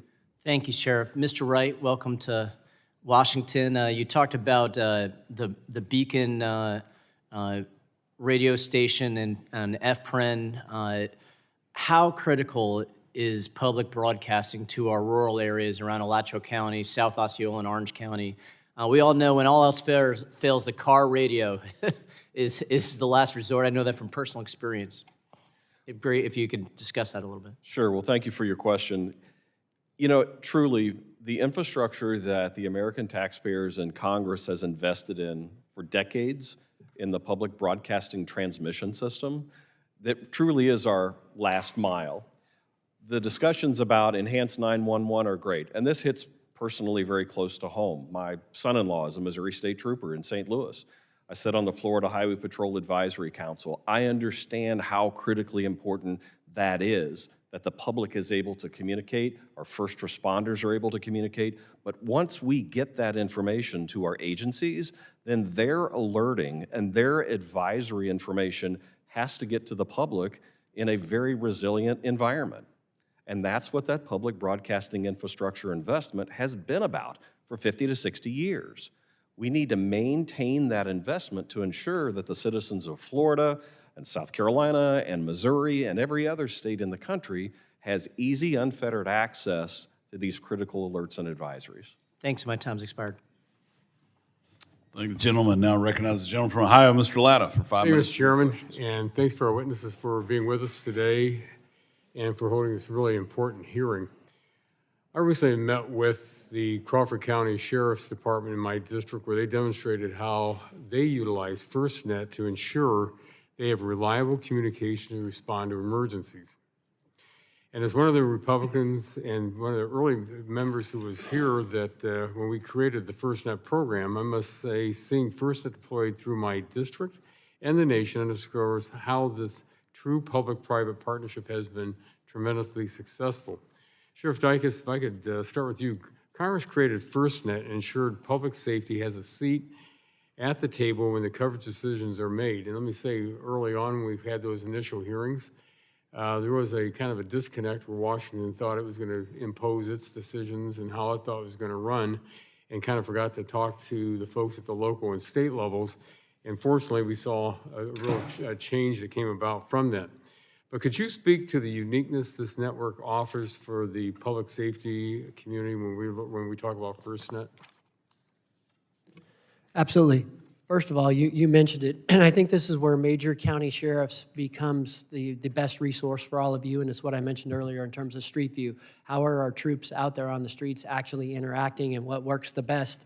And to have our opinions about these things. But when you talk about governance and the way that FirstNet is rolled out, for the first time, law enforcement and those professionals that are using that are part of those groups in terms of the implementation across the country and certainly in our state and locally. So it gives us a voice we haven't had before, but more importantly for all of you, allows you to hear how this affects us, what's going on in the streets, and how we use that technology to better service to the public. You know, in your testimony, under your FirstNet and infrastructure security, you got some areas in here that are kind of scary because we're talking about, you responded to vandalism, sabotage, targeted acts of terrorism against towers and network modes, and you're talking about wanting to make sure you have the resilience of the system that requires both digital and physical security measures. Could you talk about this? I kind of probably know what you're talking about on the security side. What about on the digital side, on how you protect it? So it was mentioned, and we just kind of surface touched it, on the digital side related to cybersecurity, having almost DoD type of audit processes for our system. We're talking about critical information, not just to service the public, but also to different assets across the United States, critical infrastructure that we all work to protect. It's almost the 10-year anniversary of what we call December 2nd, but the second largest terrorist attack occurred in San Bernardino County. And in that area, at first, when those things happen, you don't know, is that the primary target? What's the purpose? So you start setting out to look at your critical infrastructure, the physical protection, and from a cybersecurity perspective, being able to protect those. But it's really the audits and identifying the vulnerabilities leading up to that, both on the physical side and the technical side. And there's a lot of expertise here at the federal government level. If that could be shared with the locals, it would certainly enhance those security measures. Excellent. Mr. Newton, as you know, there is a sunset for the FirstNet program, and Congress will need to reauthorize it by the end of 2026. Is there any length of time you believe would be appropriate for reauthorization? And I'm sorry, could you repeat that? Yeah. With the sunset for FirstNet program and Congress will need to reauthorize it by the end of 2026, do you believe there's any length of time that would be appropriate for the reauthorization for FirstNet? Overall, it's a 20, 25-year project. I don't really have a clear opinion on it. I think what's important to me is the oversight, is the making sure we're meeting the goals that we set. I think it's establishing recovery. Again, one of the themes I bring up frequently is recovery time objectives. Making sure that those are being met, and especially with each new disaster, because they're not going to be fewer. But the next one that we see, let's revisit it. And how are we doing? What progress are we making? So not sure I could put a time frame on that. Okay. Let me just follow up in my last 33 seconds I've got here. In your experience responding to disasters, has the IPAWS system been effective for transmitting emergency alerts to impacted communities? And I'm sorry, Yeah, in your experience responding to disasters, has the IPAWS system been effective for transmitting emergency alerts to impacted communities? yes, I think the technology is effective. I think that the things that we need to work on is our training, our ability to set the systems off, our reliance on it, and the public's response to a warning. Do they behave? Do they actually do the response that we've asked them to, the protective action? Well, thank you very much. My time is expiring. I yield back. Thank you. And now recognize the gentleman from California, Mr. Ruiz, or Dr. Ruiz, for 5 minutes for your questions. Thank you, Mr. Chairman. As a physician and member of Congress representing medically underserved rural Southern California, I cannot overstate the importance of reliable broadband infrastructure for public health and safety. In rural communities across the Coachella Valley and Imperial Valleys, and in rural San Bernardino County, in my districts, access to emergency care and telehealth can mean the difference between life and death. Many residents, including working families, face barriers to care due to poor internet connectivity. These challenges are worsened by long travel distances, provider shortages, and the recently passed Republican Big Ugly Bill are going to make those worse. Nearly $1 trillion to Medicaid cuts. Hospitals will close, meaning people are going to be more uninsured, needing more specialty care, increased chronic illness. They're going to have to travel longer distances. So it's like we took 10 giant steps back and we're trying to make one tiny step forward with this hearing. And broadband is no longer a luxury. It is essential infrastructure for the common good. Rural residents are at risk for not having good broadband, and not having connection is a risk for chronic illness. In 2019, the FCC found that 17% of rural Americans lack broadband versus only 1% of urban residents. The CDC also links poor internet access to higher rates of chronic conditions and worse health outcomes. Having broadband is a social determinant of health. Broadband is vital for veterans, patients managing chronic diseases, remote monitoring, and seniors relying on remote specialists. It is also important for first responders to respond to emergencies. Sheriff Dicus, from your perspective, how do unreliable broadband and outdated safety networks hinder law enforcement coordination during disasters?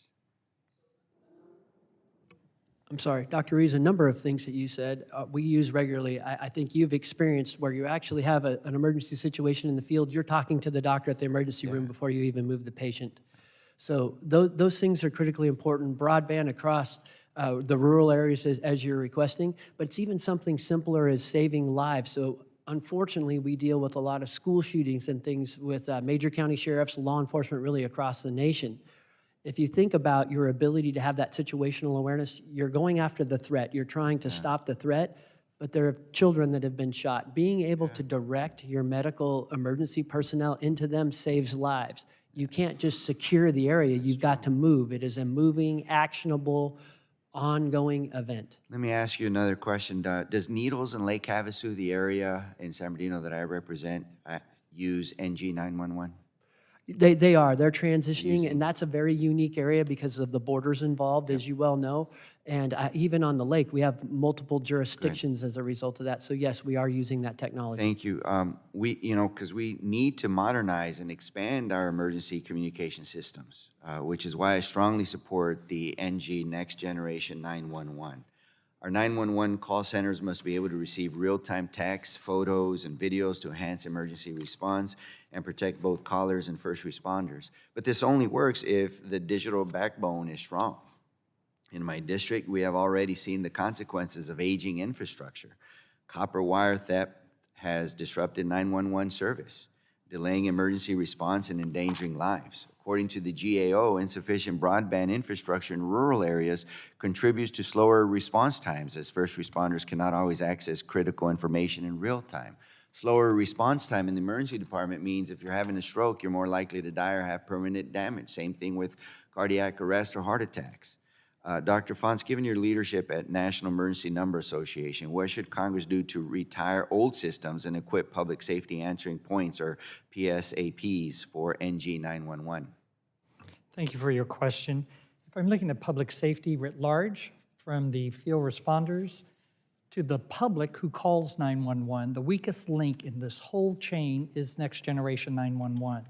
You talk about broadband capabilities that the public would have available to them, and the ability to transmit information to 911. Well, if that 911 center is not Next Generation 911 capable, or is voice-centric, in other words, rich information is removed, you lose valuable information, Yes, sir. valuable time.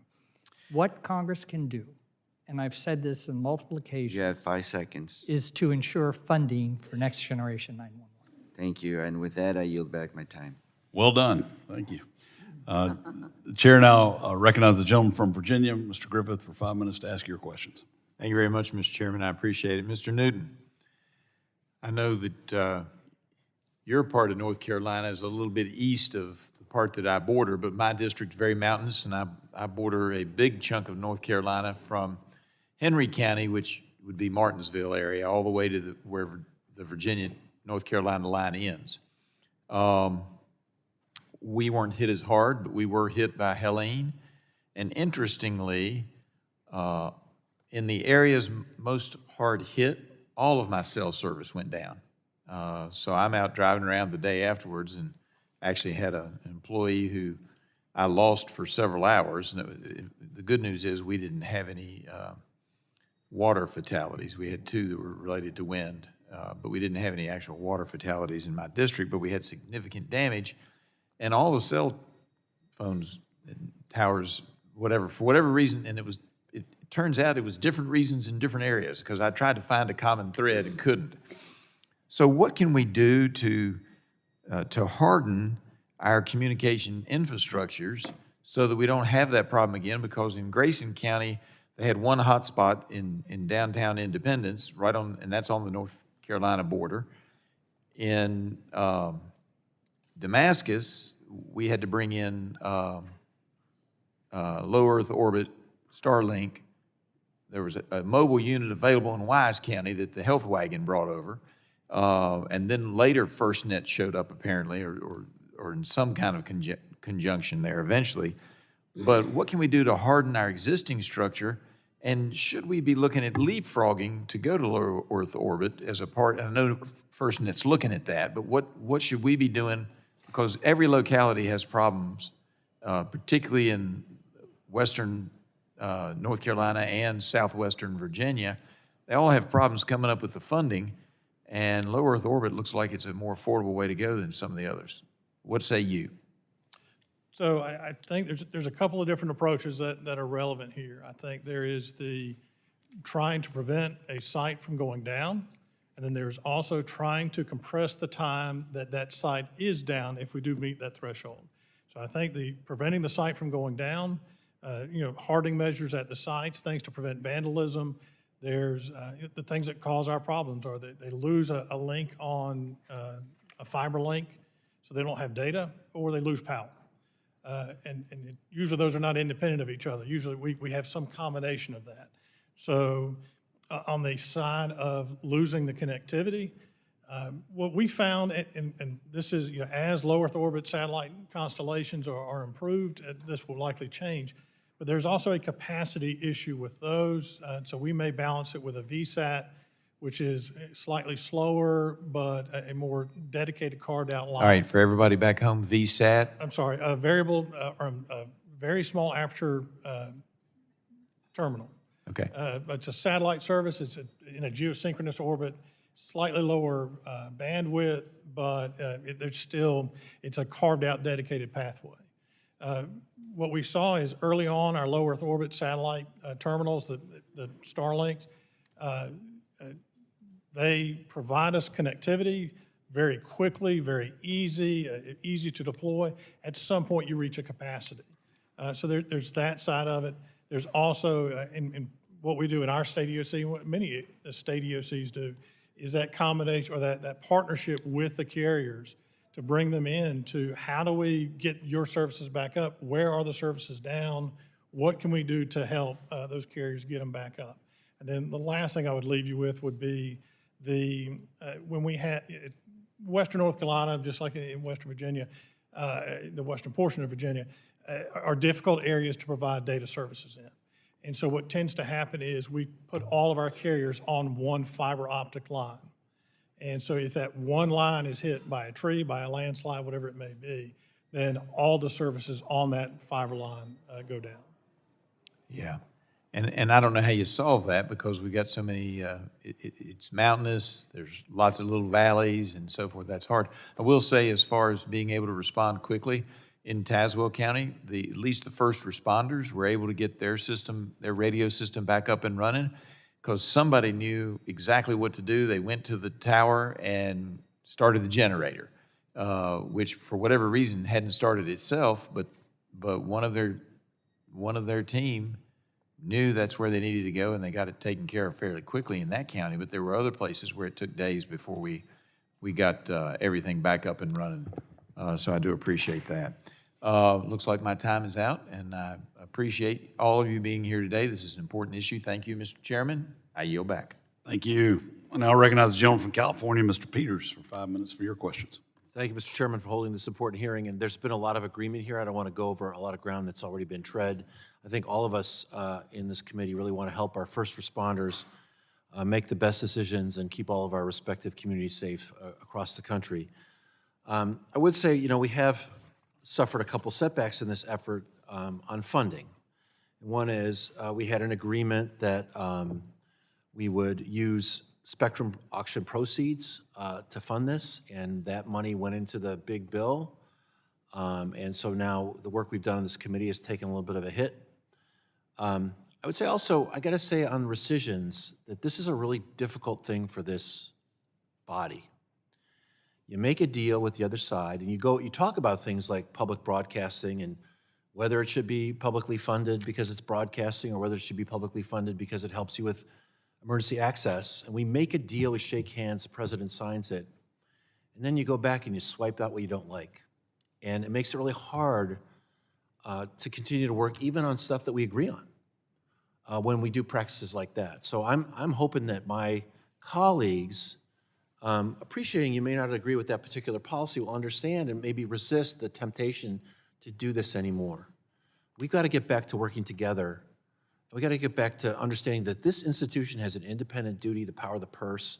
We all should stand up for it, even on the particular items we might not agree with, but when it's important to the whole agreement and the whole ability of us to make progress and trust each other. Trust is what it's all about in this room. Sheriff Dicus, I want to ask you a particular question to build on some of the stuff that's happened. I took a ride along with my local police department in San Diego. One of the things I noticed was how primitive the technology was in the car to tell you where to go. And so what I saw, first of all, it's all by radio. It seems like each officer decides where he or she will go based on a screen that looks like it could have been from the 80s. Will Next Generation 911 help in the car, help those officers get to the right place, maybe help response times, maybe prioritize calls in a way that we haven't been able to do with technology before? The answer is yes, sir, it will. You are looking at primitive technology, and a lot of it is costs that it does to replace computer automated dispatch systems and things of that nature, and you're running on legacy systems. So instead of using something modern like Apple CarPlay to be able to get from call to call, you're using an archaic system. So you're absolutely right there. That's why you'll see a lot of the officers, and I'm sure you did on your ride along, actually go to technology like this. So having that reliable broadband network, and what's going to drive that is the amount of data that a first responder can actually ingest now. You've heard the concept real-time crime center. That's the data. That's the data reception center to be able to work on a broadband network and then transfer that back out to the field so that you have real-time operational data. Okay, how does the federal government participate in making sure that that technology is available, maybe standardized, and maybe ultimately adopted? Yeah, I mentioned earlier policy and governance, giving some direct guidelines so that public safety can always be on the latest and greatest system, and also the funding sources. Unfortunately, any type of technological advancement you get, you can almost count on as a local agency, there's going to be a 5% uplift every year, and it just becomes cost prohibitive for both counties and local jurisdictions. Well, we're from relatively large organizations in terms of sheriff and police. I mean, I imagine that for smaller outfits, it's even more difficult. I mean, can the federal government assist with that? So it's kind of interesting in terms of the implementation.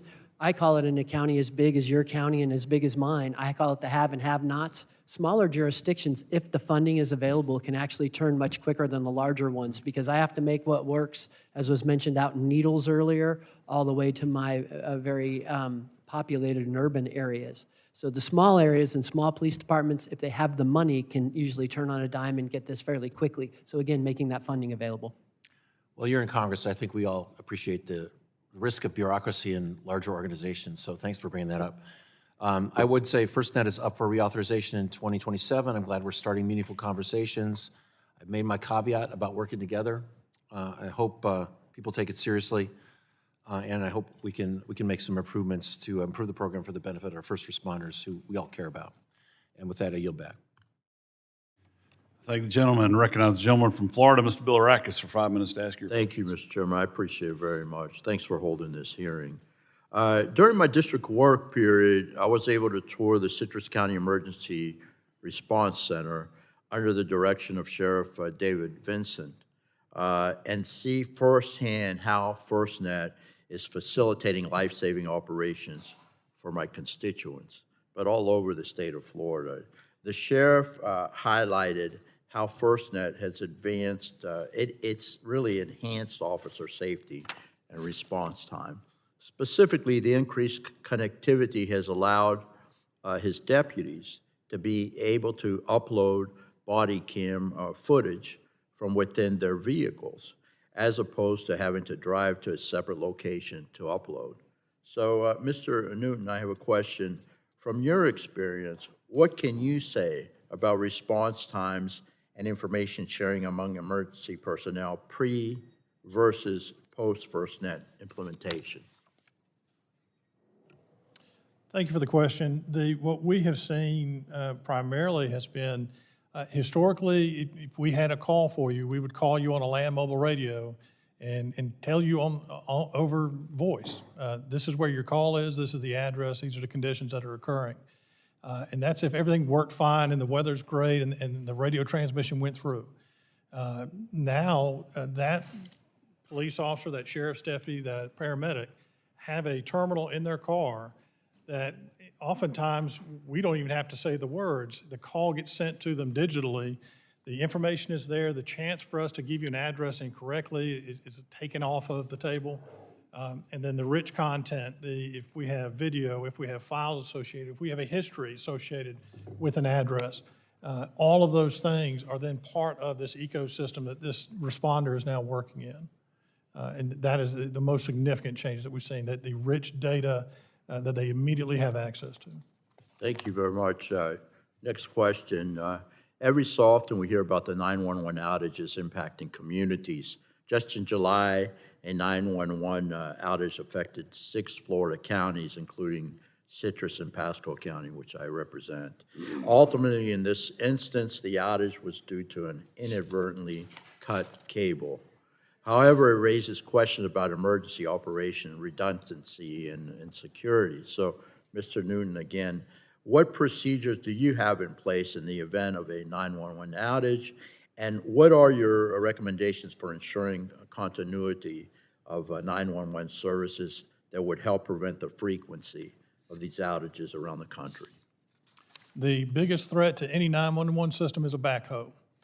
What we implement in 911 centers across North Carolina, ideally is a disparate pathway. So physically comes in at a different angle from a different street, if possible, for fiber lines or any of our backup lines.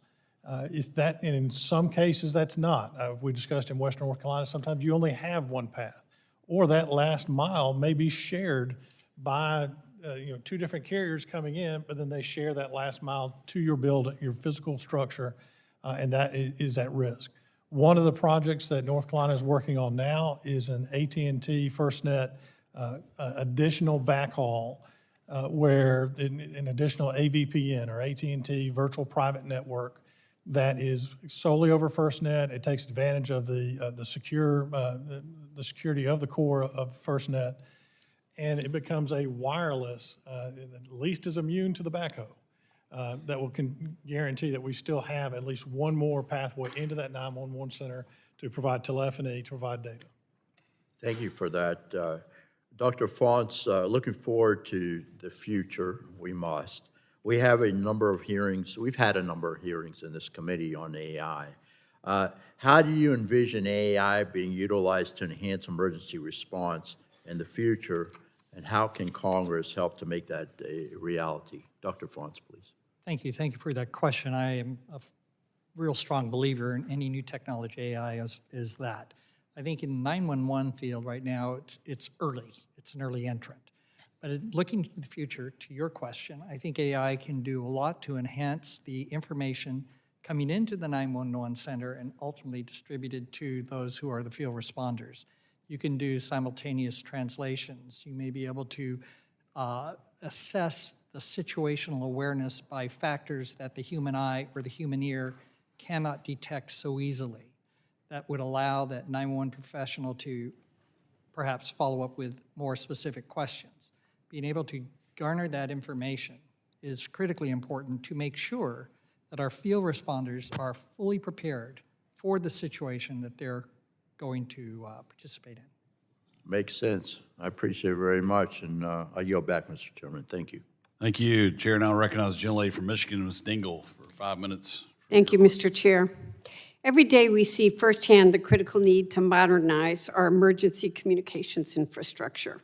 Whether it's upgrading 911 systems, expanding coverage for first responders, or ensuring our weather alert systems are reliable, these investments directly impact public safety across the country.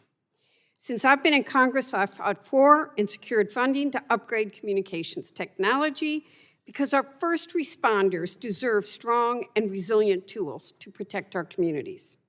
As co-chair of the EMS caucus with Chair Hudson, I know how critical these issues are.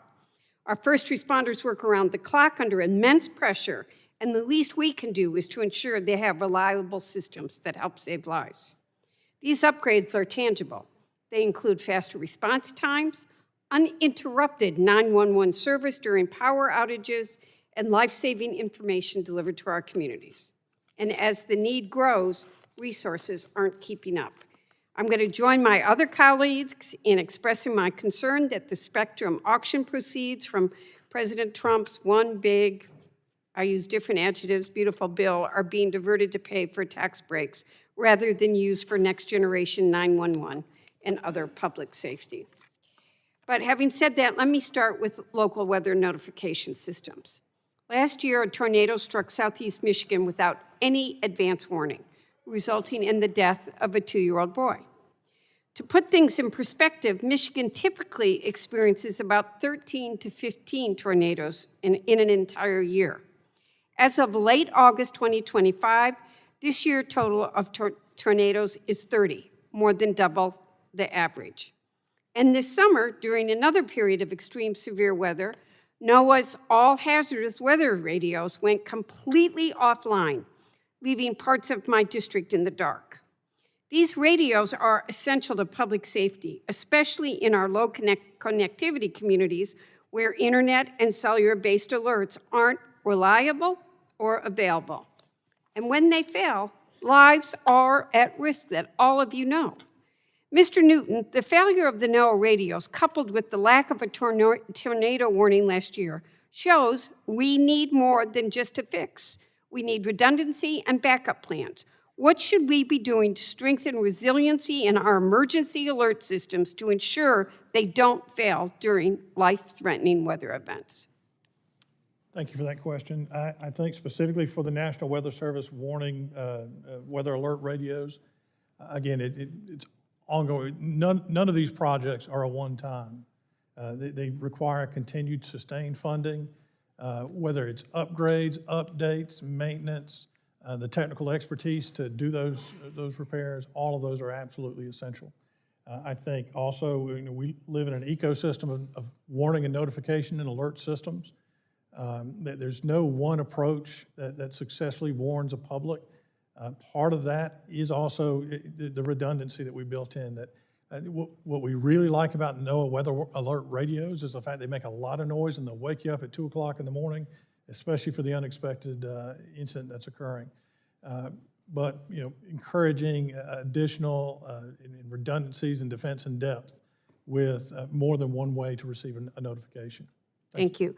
Mr. Wright, we've heard reports that budget constraints and staffing shortages at NOAA, the National Weather Service, FEMA, may be impacting the ability to upgrade systems and maintain operations. How do budget cuts and staffing shortages impact coordination and reliability and the ability to respond quickly to emergencies? Well, they make an extraordinary impact across the entire spectrum. The scientists, the experts at the National Weather Service, the National Hurricane Center, throughout the NOAA culture, they are the experts that provide us with this alerting information that then flowing through the FEMA IPAWS system goes to the public broadcasting infrastructure, which exists across the entire country, and through the PBS Warn system, which is the redundant system for our wireless emergency alerts. So these are really critical questions that we have to wrestle with today, but at the end of the day, part of the solution is innovation, utilizing the infrastructure that we've been investing in for years and years, and that's the public broadcasting infrastructure, that last mile.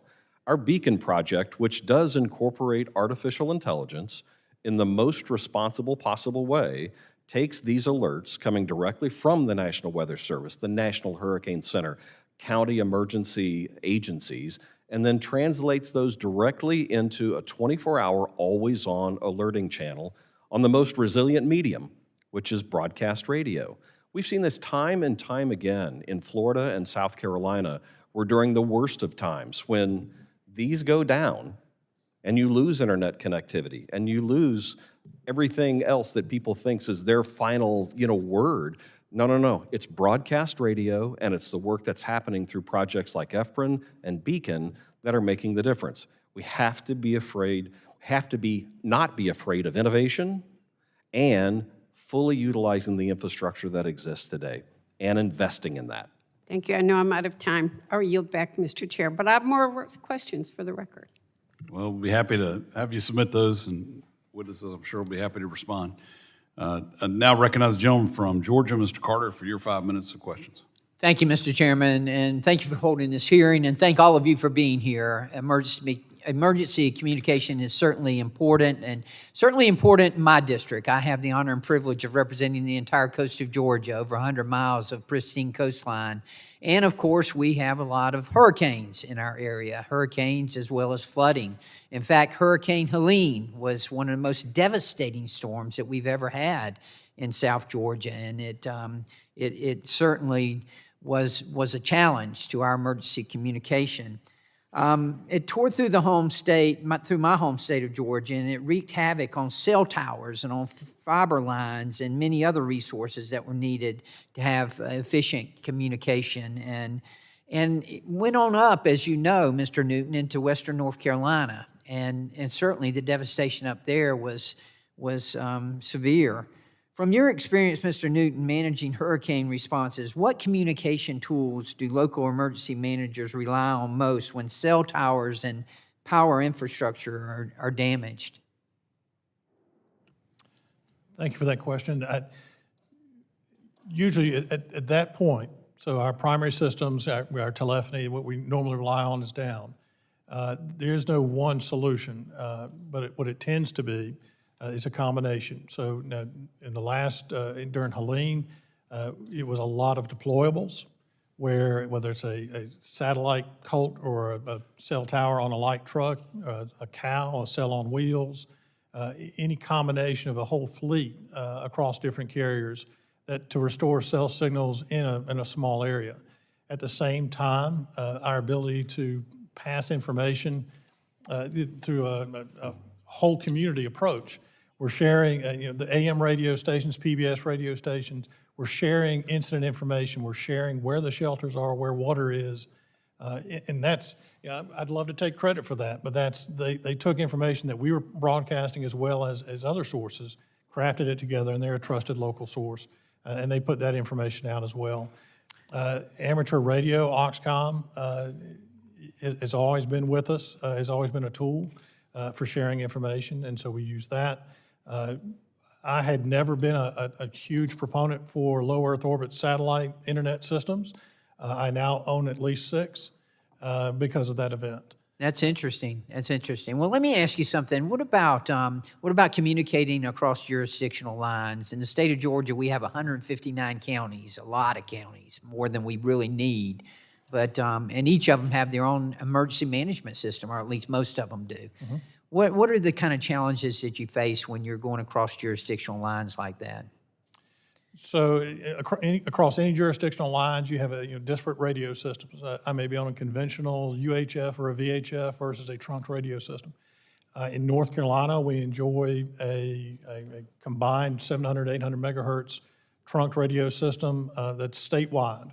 And statewide and has links to Virginia, has links to South Carolina, has links to Georgia, and our ability to patch things in. Within that, we dictate, certainly as part of the statewide interoperability committee, we dictate certain interoperability channels and talk groups and frequencies that should be in any radio in that system.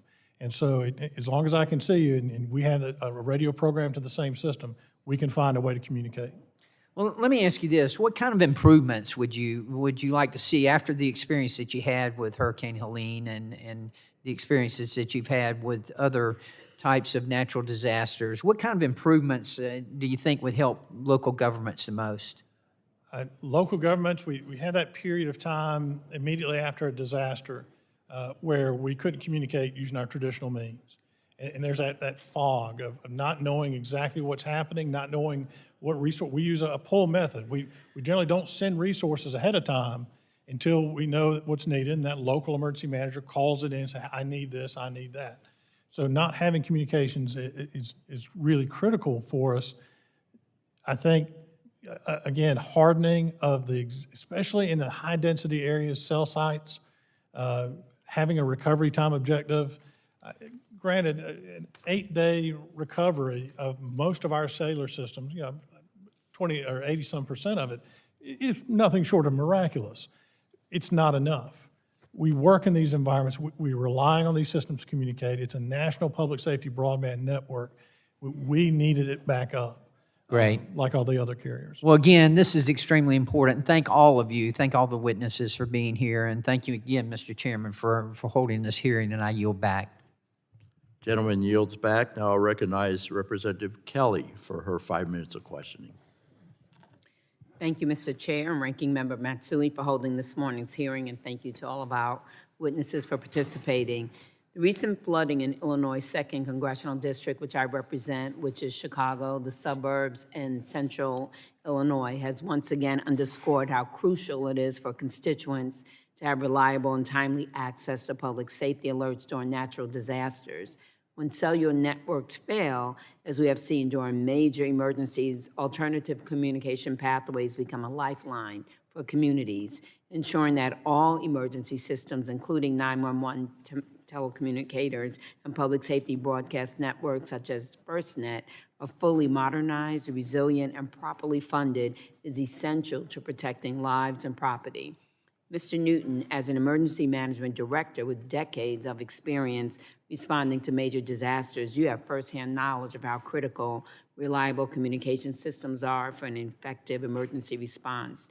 During events like Hurricane Katrina, widespread outages of cellular networks hampered response efforts and endangered lives. Based on your experience, what improvements are the most urgent to ensure that FirstNet remains resilient and operational during prolonged power outages and physical damage? Thank you for that question. I echo what I mentioned before. I believe hardening of certain facilities, trying to prevent a single point of failure anywhere in the network. I think sustained funding to not only maintain the network but expand the network. I think the other challenge that we continue to face is coverage in rural areas and making sure that we continue to expand in those areas as well. Thank you. As you've heard, we've all heard that Chicago might get a visit from the National Guard. In light of these threats to militarize cities like Chicago, how much will such actions impact first responder communication systems and their ability to coordinate effectively during real crises? And what improvements are necessary to ensure our public safety communication networks can withstand and adapt to disruptions in such scenarios? In my opinion, I think that it poses less a technical challenge for us. The capacity's there, the radios are there, the interoperability frequencies are there. I think it's a leadership challenge in making sure that we have these different groups and different organizations that are operating within the same communities and making sure that they are communicating. I think the most dangerous thing that we would have would be two different organizations that are not communicating and create some encounter there. I think that would be my biggest concern is that, regardless of the operations that are occurring, are we talking? Mm-hmm. The Next Generation 911 Act is crucial for modernizing emergency communications to handle today's data-driven demands, yet many communities face barriers to its full deployment. Is it Fonts? Thank you. It is true. How would securing full funding for the Next Generation 911 system improve the ability of emergency services to receive and utilize critical data, including text, photos, videos, during emergency calls? Thank you for the question. And it's a simple question, but it's very complicated. The simple answer is funding. And funding is essential. There's no question about it. Communities, tribal lands, rural areas may have challenges maintaining both the legacy system while they're transitioning to a Next Generation 911 system at cost. So there's an opportunity here to move 911 into the 21st century. As I said earlier, 911 is the weakest link between the public and their broadband capabilities and public safety responders with their broadband capabilities.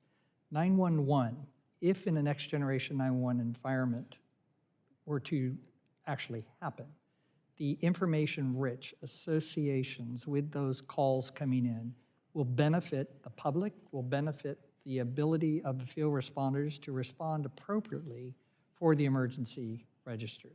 Funding is the key issue. Thank you so much, and it is an issue.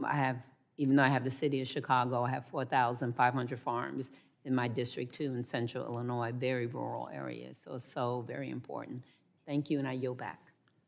Gentlelady yields back. Now I recognize my good friend from the great state of Texas, Mr. Pfluger, for his 5 minutes of questioning. Thank you, Mr. Chairman, and I applaud the committee for having this hearing. It's obviously very important, and I think a bipartisan issue that we've talked so much today. Obviously, over the summer, we went through a very tragic time, and in a place, in a location, geographically speaking, that is very hard at times to get connected and to send alerts. And so my mind has been there all summer on what it means to alert people, and I think this is exactly the type of work this committee should be proud of doing in a bipartisan way. I'll start with FirstNet. I've recently been connected to FirstNet after the events happened, the flooding happened this summer, and I think it's a good example of a public-private partnership, and wanted to dig in a little bit. Some of these questions we've kind of danced around, so they're going to be similar. But Sheriff, I'll start with you.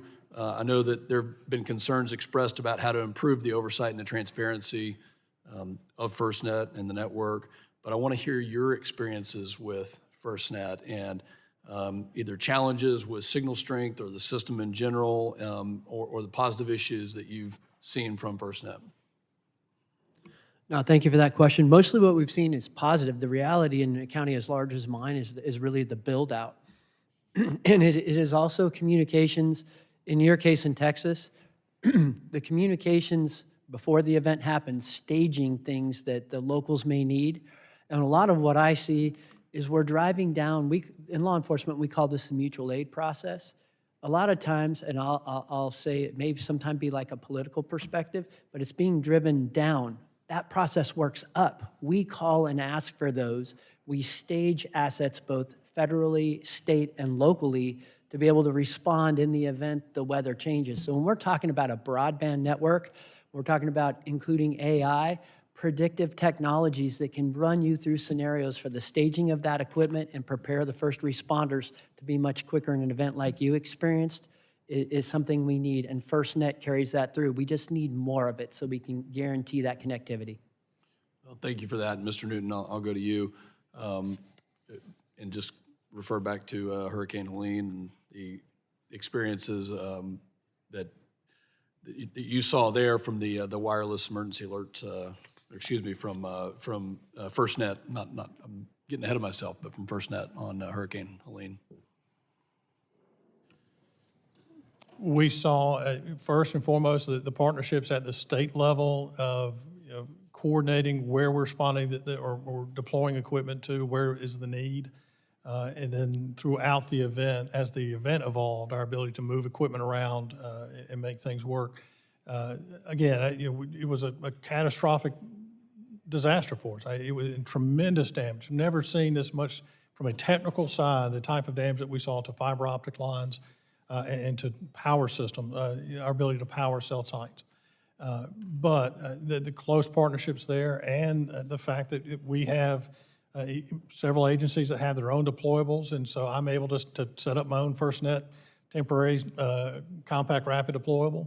And I think the challenge I think we'll see in the near future is as that becomes more prolific, we still have to coordinate that with the carrier. We want to make sure that we're not creating the interference.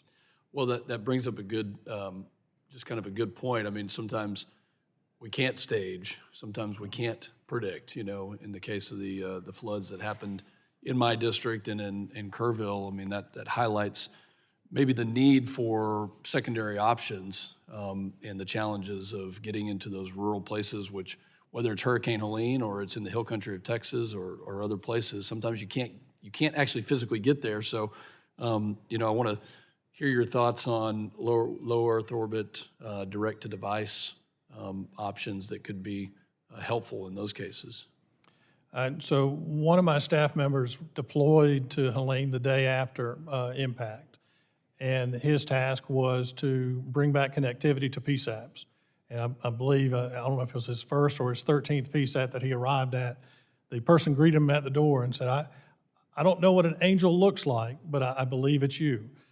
And his role was to bring connectivity to a communications center who had been in the dark from the time of impact. And so, in fact, what he deployed was a low Earth orbit satellite system, a Starlink system that provided Wi-Fi, and that gave you Wi-Fi calling, and that center was then reconnected both with the public and their families who didn't know those telecommunicators, how they fared.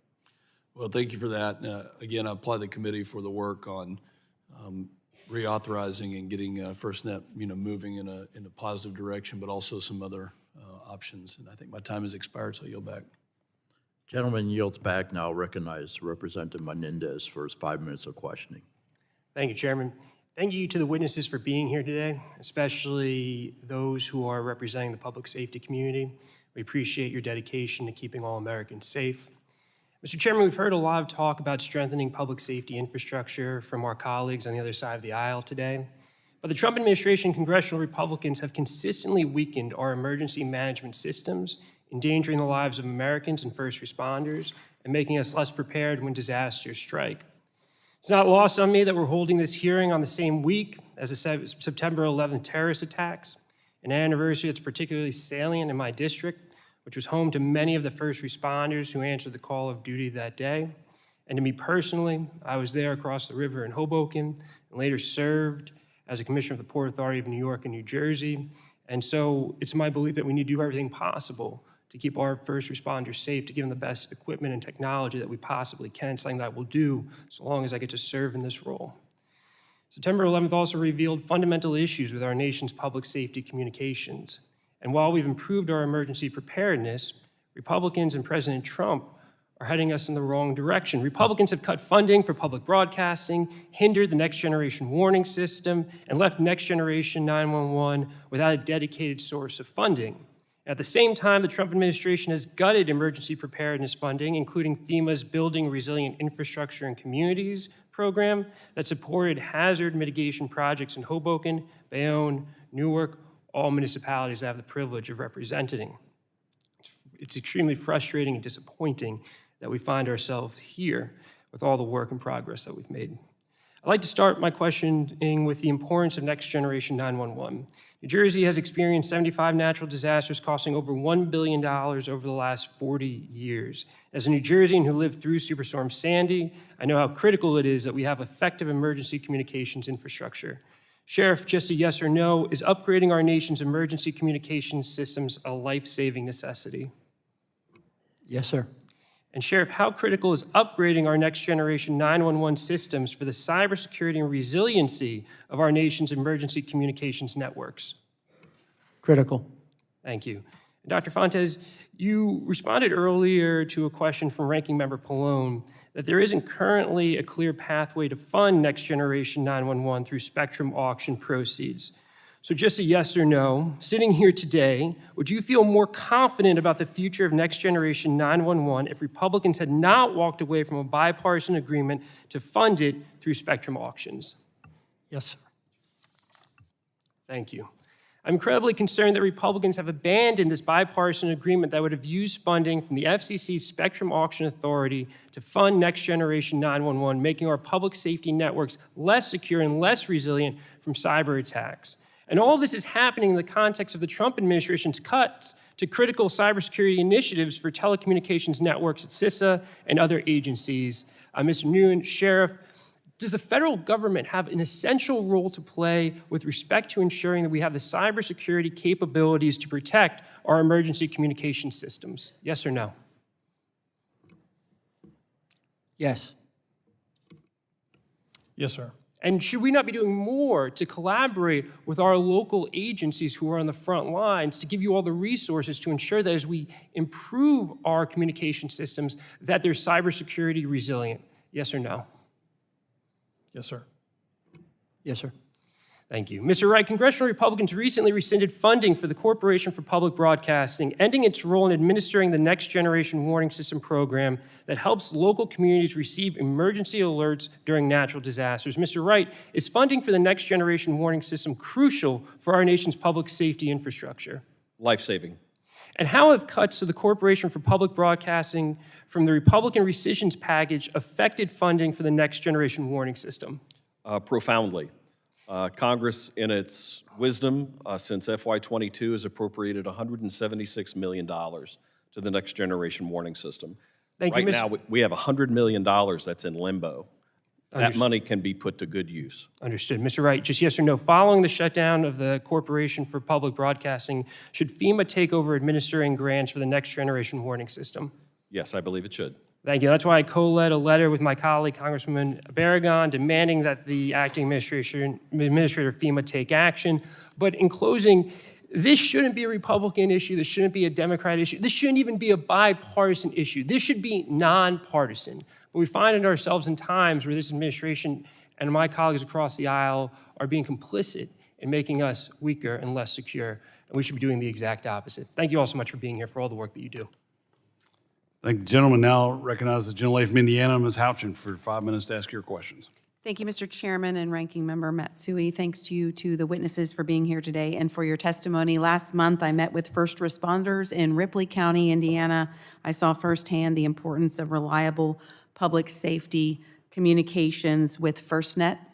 I've also represent a district that has had its share of natural disasters and know the importance of needing to have clear communication systems throughout. It was great to see them share information on how quickly and effectively resources can be deployed and information can be exchanged with first responders to keep the public safe. In rural districts like mine, there are areas of the district that are still what I would consider dead spots in terms of communication services with traditional cellular service. So FirstNet does provide that additional access for our first responders in our less than covered areas.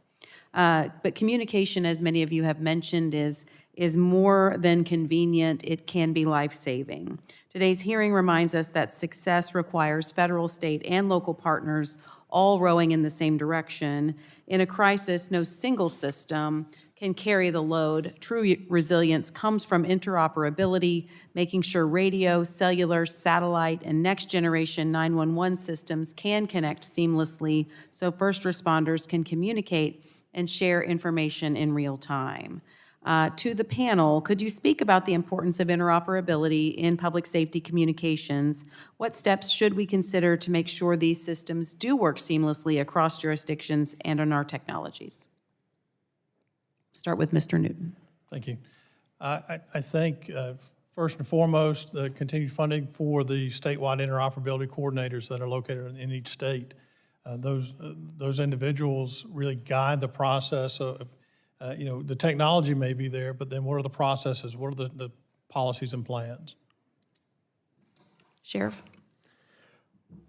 Communication and technology is what we're focused on, obviously, today, but it's also the interoperability and knowing who your partners are across those lines prior to settling some of these governance decisions as it relates to technology. But more importantly, knowing each other before the incident happens and you're shaking hands for the first time in the street.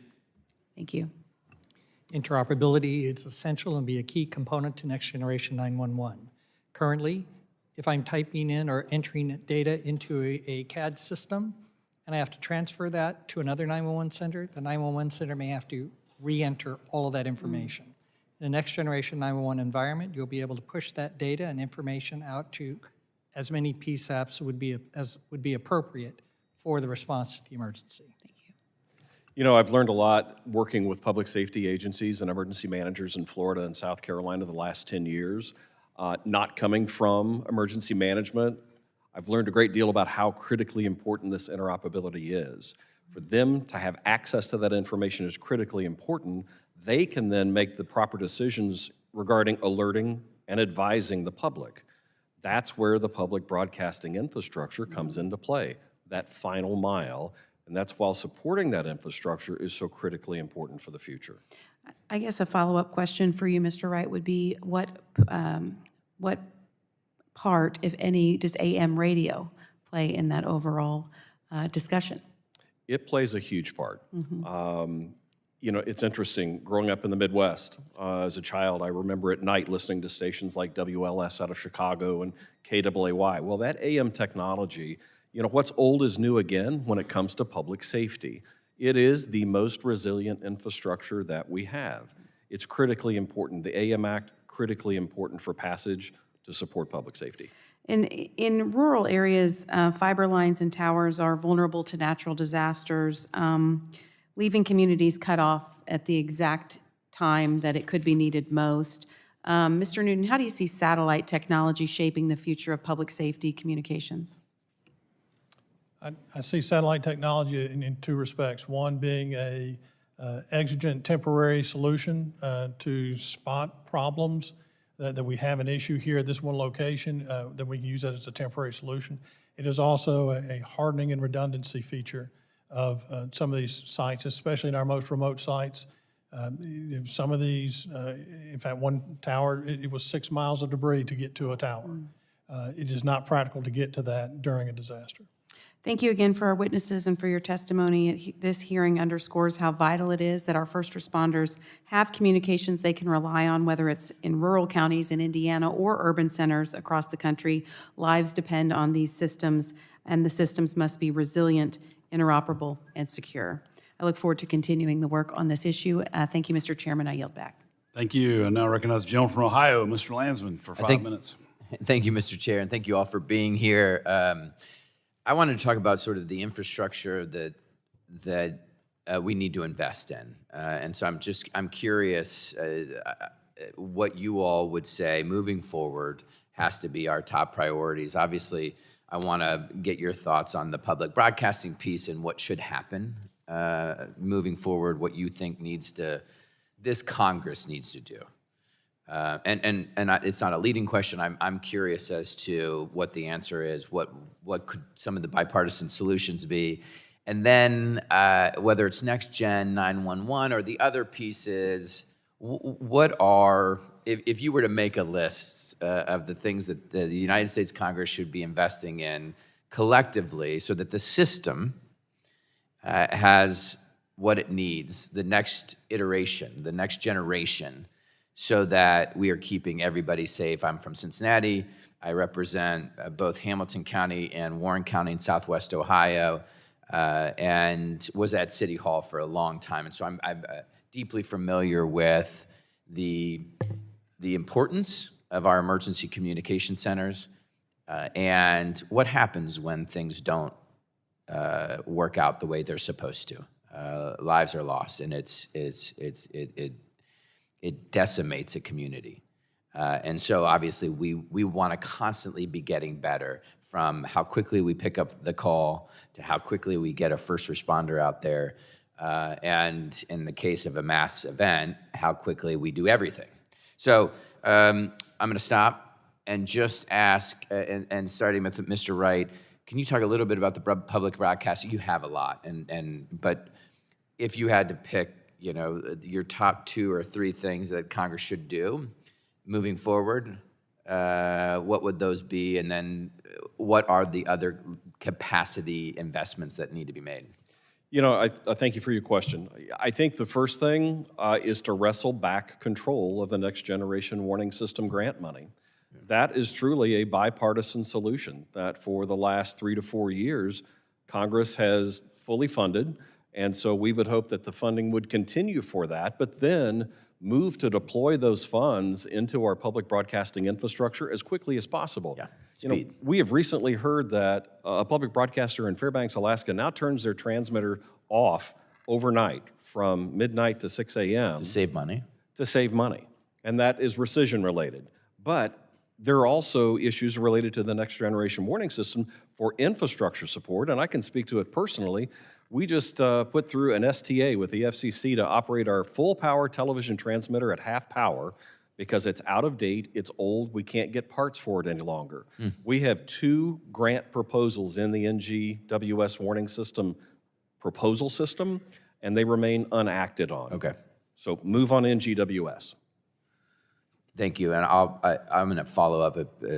My team will send a letter, just to get the ball rolling and see if there are other members of the committee that want to work with us. I suspect there will be, because I do think this is bipartisan. Yeah. Very simple. Fund Next Generation 911. Yeah. When we're talking about our overall public safety service at large, and particularly where there's federal involvement in funding, ensure that the authorities that are responsible for that are operating correctly, functionally, so that we know that the money that is available is being spent wisely and deploying the systems needed. Can you just say a word or two about that? I mean, is that just basic oversight, or is there something specific you're getting I at? think it is basic oversight. Okay. In large part. It's just the fact that in case of Next Generation 911, there's no 911 office anymore at the federal level. I got you. Okay. That's good to know. Thank you. My comments Sheriff? are along the same lines. Still continue the build out with FirstNet. Anything that's priority specific for public safety is something we need to expand upon so we don't have those commercial interruptions with other networks. And to make sure the governance issue that we are all talking, a lot of you are frustrated about, partisan issues and things of that nature. But remember, when the Twin Towers fell, as it relates to law enforcement, we weren't talking to our federal, local, and state partners. We all could have been part of the solution. We need to make sure that that continues as well so that we solve these problems and that everybody understands this isn't a red or blue issue. It's really a common sense issue for all of the Americans across the board. Yeah, well said. Mr. Newton, 10 seconds, sorry. 10 seconds. Ongoing funding for especially our land mobile radio systems, the challenge we have, it upgrades, updates, maintenance, deferred maintenance. Those are ongoing, constant challenges, and we're not away from those yet. FirstNet's an adjunct to that. Hey, thank you all. I yield back. Excellent questions, Mr. Landsman. Now recognize the gentleman from Texas, Mr. Goldman, for your 5 minutes of questions. Thank you, Mr. Chairman. Thank you very much to the entire panel for being here today.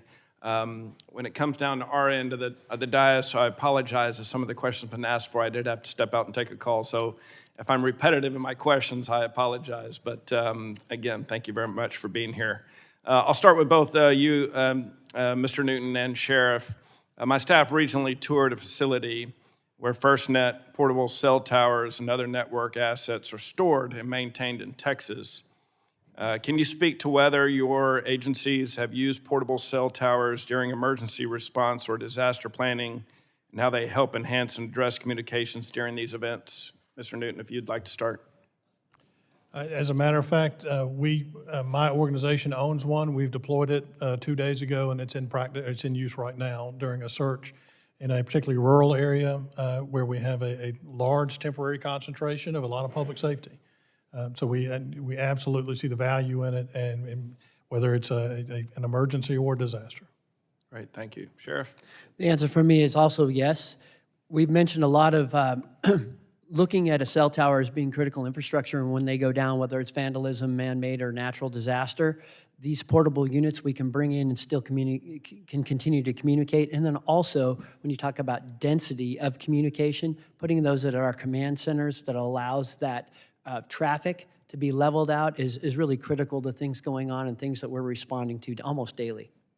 Great, thank you very much. Dr. Fontes, how critical is a strong broadband connection to utilizing the fullest extent of next generation 911 systems? Well, unfortunately, next generation 911 systems don't exist nationwide. There are states that are in various stages of deployment of next generation 911 systems. Many have deployed what we call ESI nets, or emergency service internet protocol networks, that allow for the movement of information. But next generation 911 is so much more than that. Therefore, the information coming in from the public or sensors or anything that would come into 911 is in large part, if there's any data or information associated with that, would be dummied down in large part for voice communication. Now, there are situations where some centers are capable of receiving data that would enable our field responders to respond more effectively. It is imperative that we have next generation 911 deployed so that the broadband capability from the consumer, the person dialing 911, goes to a broadband next generation 911 system into an IP-based broadband public safety communications network. We have to make sure that all the links in the full chain of command of public safety are current in technology. Thank you. Great, thank you very much. And my final question, I'll go back to you, Sheriff. My district is home to both large urban area and rural communities. You noted in your testimony that smaller agencies often rely on larger counties for emergency communication infrastructure. What federal steps would help ensure that next generation 911 deployment doesn't leave behind rural areas? So it's twofold. Obviously, we've talked about funding the majority of the morning, but also having federal level cybersecurity audits and practices that are really DoD level in my mind to be able to protect those small agencies that can't afford it. In other words, if they're riding on a sheriff's backbone in some of those agencies, that we make sure that backbone is continually secured to the latest and greatest standards. Great. Thank you all again. That's the end of my questioning. Mr. Chairman, thank you very much. I appreciate the time. I yield back. Thank you. Now recognize the gentlelady from Virginia, Ms. McClellan, for 5 minutes for your questions. Thank you, Mr. Chairman. I appreciate the opportunity to discuss our nation's critical public safety communications networks at a time when natural disasters and public emergencies are becoming more commonplace. And as we've heard, communities rely on these systems not only in moments of crisis, but for the trust and confidence that come from knowing that help is on the way. And as we confront more school shootings, hurricanes, and other emergencies, ensuring that our first responders have reliable, interoperable, and modern communication tools isn't a luxury, it's a necessity.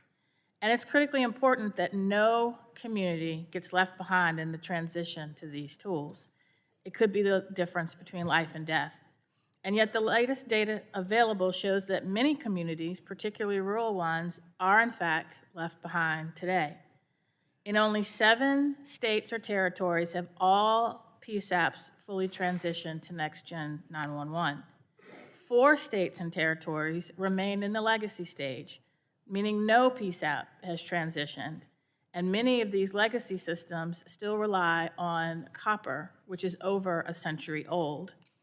The rest of the states and territories are in various states of transition. So for each of the witnesses, and I think I know the answer, do you think Congress should prioritize ensuring that all roughly 5,700 primary and secondary public safety answering points should transition to Next Generation 911?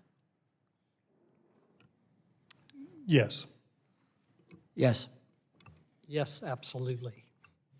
Yes, and I would also add very quickly that the University of Florida has been proactive in terms of creating products that address the very issue you're talking about with rural and underserved areas.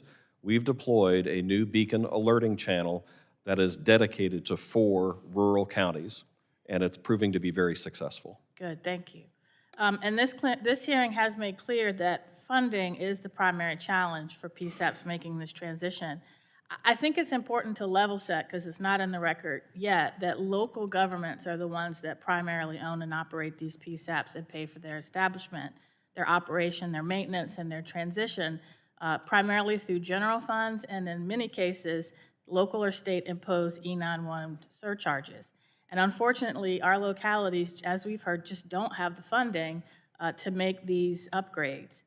This year, the House majority had several chances to stand with rural communities and improve our communications infrastructure, but they didn't. They could have used spectrum auction proceeds to fund Next Gen 911, but they didn't. They could have pushed back on the administration's delays in broadband deployment, which is necessary to close the digital divide so that more people can see the benefits of Next Gen 911, but they didn't. They could have opposed cuts to the Corporation for Public Broadcasting, which administers the Next Generation Warning System grant programs, but they didn't. For all of the witnesses, do you agree that these issues are all interconnected and that without them, rural communities will be left behind? Yes. Yes, we're talking about a number of things here this morning, but even legacy systems remaining, modernizing, and a number of things, and it really is an all-in approach. Yes. Yes. Yes.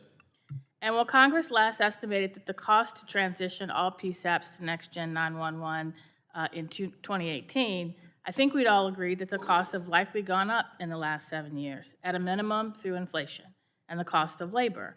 But tariffs are also having an impact on the cost as they raising supply chain issues for copper, for those PSAPs that are still on legacy systems, for fiber optic components, PVCs, and other insulation materials. And I don't have enough time maybe for a full answer, but Sheriff Dicus, I want to elaborate a little bit. You touched on the critical role that Next Gen 911 could play in response to school shootings. Can you elaborate a little more specifically on how important it is to save lives in that situation? Sure, so what I'm talking to is primarily intelligence, both things that are going on at the school prior to the event even happening. And when you're talking about a real-time crime center, or some of these technological advances we're talking about, is being able to feed that first responder what is the picture they're dealing with, what was before, who showed up, and what's going on. And specifically, they need to see video. Video certainly helps. And sometimes it's the video that the 911 dispatcher is receiving or a real-time crime center that's being translated, what is being seen to the person that's trying to drive to get there. But it's more than just a voice on the phone explaining what's happening. Yeah, absolutely. We live in a modern age where pictures, video, and a number of things we're all operating on, we're frankly used to operating on with our cell phones, and first responders are no different. The more information, the better. Thank you. I yield back. Thank you. Now recognize the gentleman from Florida, Mr. Dunn, for your 5 minutes of questions. Thank you very much, Mr. Chairman, and thank you to the first responders who volunteered your time to be here with us today. Your service is greatly appreciated. This is the first in a series of hearings we'll be doing on emergency communications this year. Programs like the First Responder Network, FirstNet, and Next Gen 911 are essential in Florida. My district, Florida's 2nd congressional district, makes up most of the Panhandle, and we are no strangers to preparing and responding to natural disasters. Additionally, my district is home to some of the most frequented beaches, which requires emergency responders to lead in protocols, preparation, response resources for all kinds of emergencies. In 2018, Hurricane Michael made landfall in my district as a Cat 5, and it destroyed everything in its path. And we're still rebuilding 7 years later. And then we had Hurricanes Ian, Idalia, and most recently Helene, all made landfall in our district. So the unfortunate truth is that, during Hurricane Michael, our sheriff's department, for everybody in our county, everybody in 12 counties lost all communications, cell phones, landlines, even police repeaters went down. So the Bay County Sheriff's Office had to make a critical decision to switch to FirstNet right after the storm, and fortunately, they were connected almost immediately.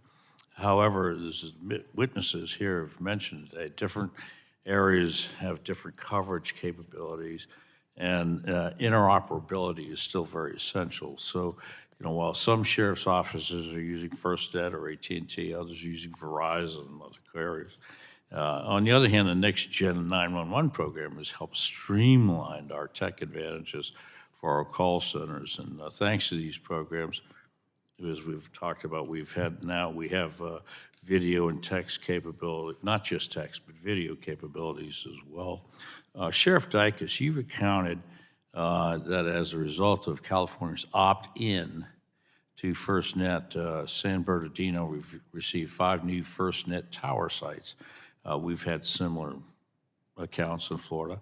As we look at reauthorizing the FirstNet program, can you explain your thoughts on the importance of the creation of FirstNet after the 9/11 terrorist attacks? And do you believe that the program was a necessary catalyst for building the emergency networks around the country? So I'll work your question backward, but absolutely. When we talk about interoperability, and it's an opportunity to build out, no matter the build out that we've already discussed, where FirstNet is at this point, there's still vulnerabilities and there's still gaps. We have a voice at the table, and where do we start filling in those gaps to be able to take care of the public? Can you enumerate a few of those gaps? Sure. In my area, some of these things, even federal land, Mount Baldy is a popular hiking area. And as part of FirstNet, we were actually able to get a cell tower there for all the hikers that are coming from the Los Angeles basin, being able to use that cell tower for emergency purposes. And as a sheriff, I'm mandated to do search and rescue responsibilities in the state of California. So that's the only way in which I can get to them rather than using the traditional ground pounders or somebody realized somebody didn't return home. It's more immediate. Yeah, I have to tell you, the sheriffs were in my district. I have 16 of them. They're outstanding. So as a user of FirstNet, have you had interactions or conversations regarding the program or oversight of the programs from anyone from NTIA, National Telecommunications and Information Administration, that oversees this program? And what from these conversations are you at liberty to share for our purposes as fact-finding oversight organization? And that's it for me or any other? Yeah, for you, Sir Sheriff Dicus. So in terms of my staff that works with those folks as they roll this out and the governing agencies, we've had nothing but positive contacts, other than there's so much more needed to be able to fill the gaps that we talked about earlier. So we'd love to help you fill those gaps. Please communicate with us. I have a number of other questions for the other members of the panel, and obviously my time has expired. But this is a fascinating discussion, and it's important, and it's certainly close to our hearts in Florida, where we experience a lot of natural disasters. Thank you, gentlemen, all for attending today. Mr. Chair, I yield back. Thank you. Now recognize the gentlelady from Florida, Ms. Castor, for 5 minutes to ask your questions. Thank you, Mr. Chairman. Thank you for calling this hearing, and thank you to all of the witnesses and all of the first responders who are there every single day to keep us safe and well. And For Mr. Wright, I'm sorry that I've learned a lot about your commitment to the Florida Public Radio Emergency Network and Beacon, but I've also learned today that before we came into the hearing room that you're the voice of Florida Gator football. You're the PA announcer, and I'm really sorry that Congressman Bilirakis and Congresswoman Kamek are not here to hear me say "Go Bulls," because that was an extraordinary event. I'm sure there was some emergency Gator signal sent up for that loss on Saturday. Now, I clearly understood earlier how to turn my mic on and off, but thank you, Congresswoman. I appreciate Yeah. your sentiment. But here we are. We're about to come into the one-year anniversary of Hurricanes Helene and Milton, and in my neck of the woods in the Tampa Bay area, that was the worst catastrophe we've experienced in anyone's memories.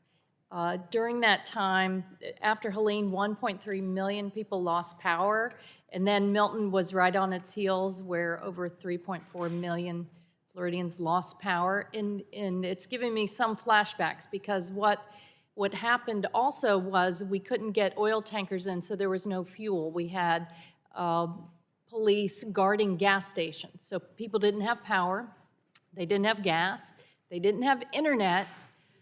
So what they relied on is just what you said, the over-the-air broadcast radio. And I remember very well digging out my old Walkman with batteries, and I could listen to all of the updates, the bridges that were open, the ones that were closed, food distribution, and that helped me as a public servant to get that important information out to my neighbors. So I'm so grateful for what has happened over time in building that network. It is not easy, but it really is a model. It can't, your phone, you're not going to be able to charge your phone in a catastrophe like that. So the satellite networks are important.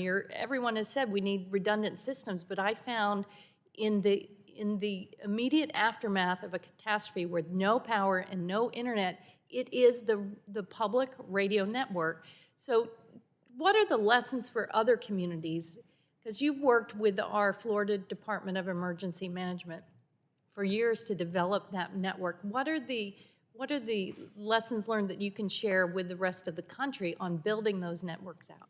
Well, I think, one of the best lessons that we've learned in Florida is that we're better together than we are separate. And what I mean by that is that we have an infrastructure in place through the broadcast infrastructure with public stations around the entire nation. And so the Florida model that we have deployed into South Carolina as well through our partnership with South Carolina ETV and Public Radio, same exact model, very efficient.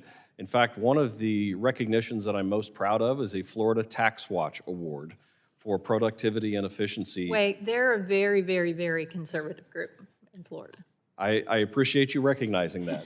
That's why that award is center in my office, because it speaks volumes about the work that we're doing and the importance of that work.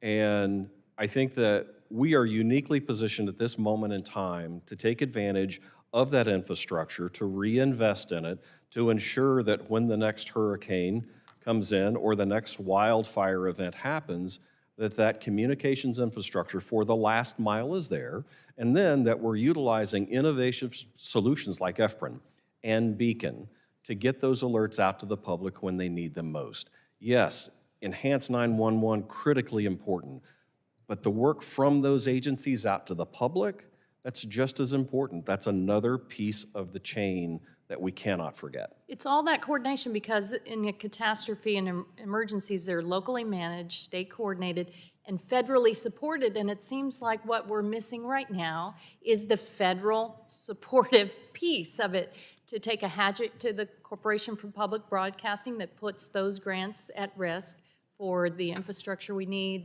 the federal grants, not to mention all of the resiliency grants, all of the attacks on Federal Emergency Management Agency. FEMA needs reform, but it can't be eliminated. We would be, everyone would be in dire straits. We have a proven model in public broadcasting. We've made the investments in the past. We need to continue making those. And I think it was Tip O'Neill who used to say that all politics is local. All alerting is local, and that's where the public broadcasters come into play.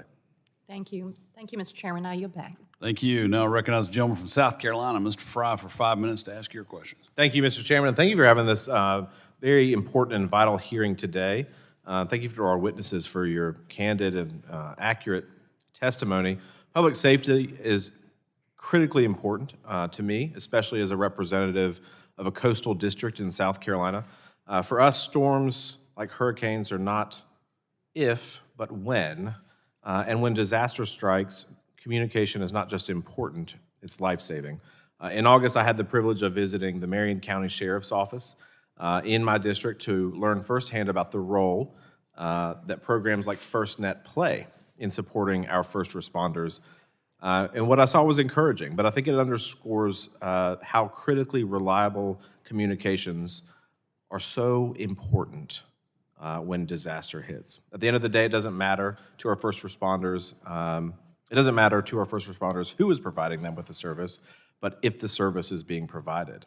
Emergencies can happen in an instant, and it's our duty in Congress to make sure that those who are on the ground have the necessary tools they need to do their jobs effectively, securely, and without delay. Sheriff, let's start with you. As you know, FirstNet was established by Congress to give our first responders a dedicated nationwide broadband network, and AT&T currently operates under that authority. At the same time, providers like Verizon and T-Mobile are doing their own thing,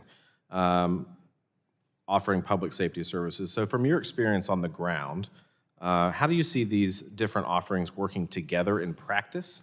And what steps should Congress consider to ensure that the focus stays on the reliability and interoperability for our first responders?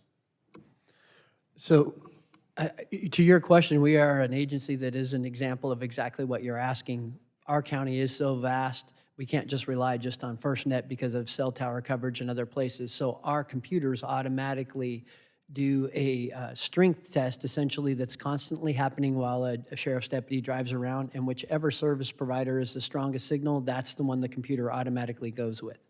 So they are working together in those aspects. I think what we're talking about is really reliability when we need it, and we're talking about the amount of traffic during an emergency that may go over one of those systems, where FirstNet is exclusive to public safety, and that's certainly why we'd like to see the build-out continue.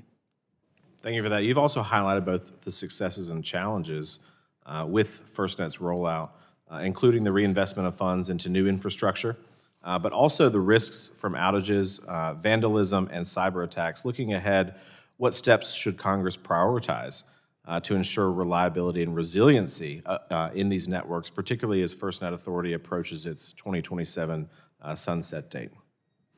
Certainly start looking at particularly FirstNet towers and those that are specific to public safety as critical infrastructure. So in other words, their security aspects, maybe even the way they're designed and building. We've had a lot of talk this morning about copper getting cut, for instance. Fiber is no different, and actually in some cases I think it's harder to repair fiber, at least that's been our experience. So physical security and then cyber security are our number one priorities, and if we can use the federal government's help to do that, I think we're in the right place. Thank you for that. We frequently discuss AI and its potential impact on this committee. Emergency communications are no different. AI will change the game. Dr. Fontes, you also note that Next Generation 911 will allow Americans to send texts, images, videos, and other forms of data directly to call centers, data that could be enhanced or triaged through AI tools.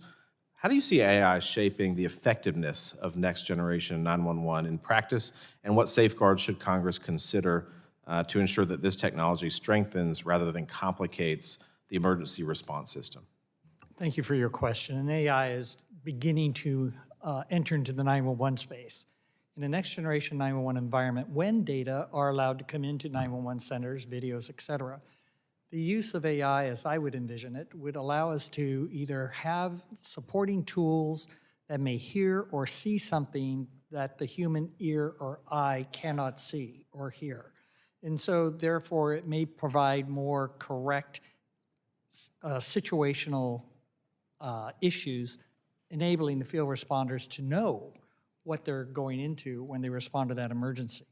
I think there's also a variety of opportunities dealing with language translations, transcripts, record maintenance and the backroom aspects of next generation or 911 systems writ large. But you need that next generation 911 system to have that data flow into the 911 centers. So that is one of the fundamental aspects I believe is critical to the use of advanced technologies like AI in serving the best possible 911 service to the public.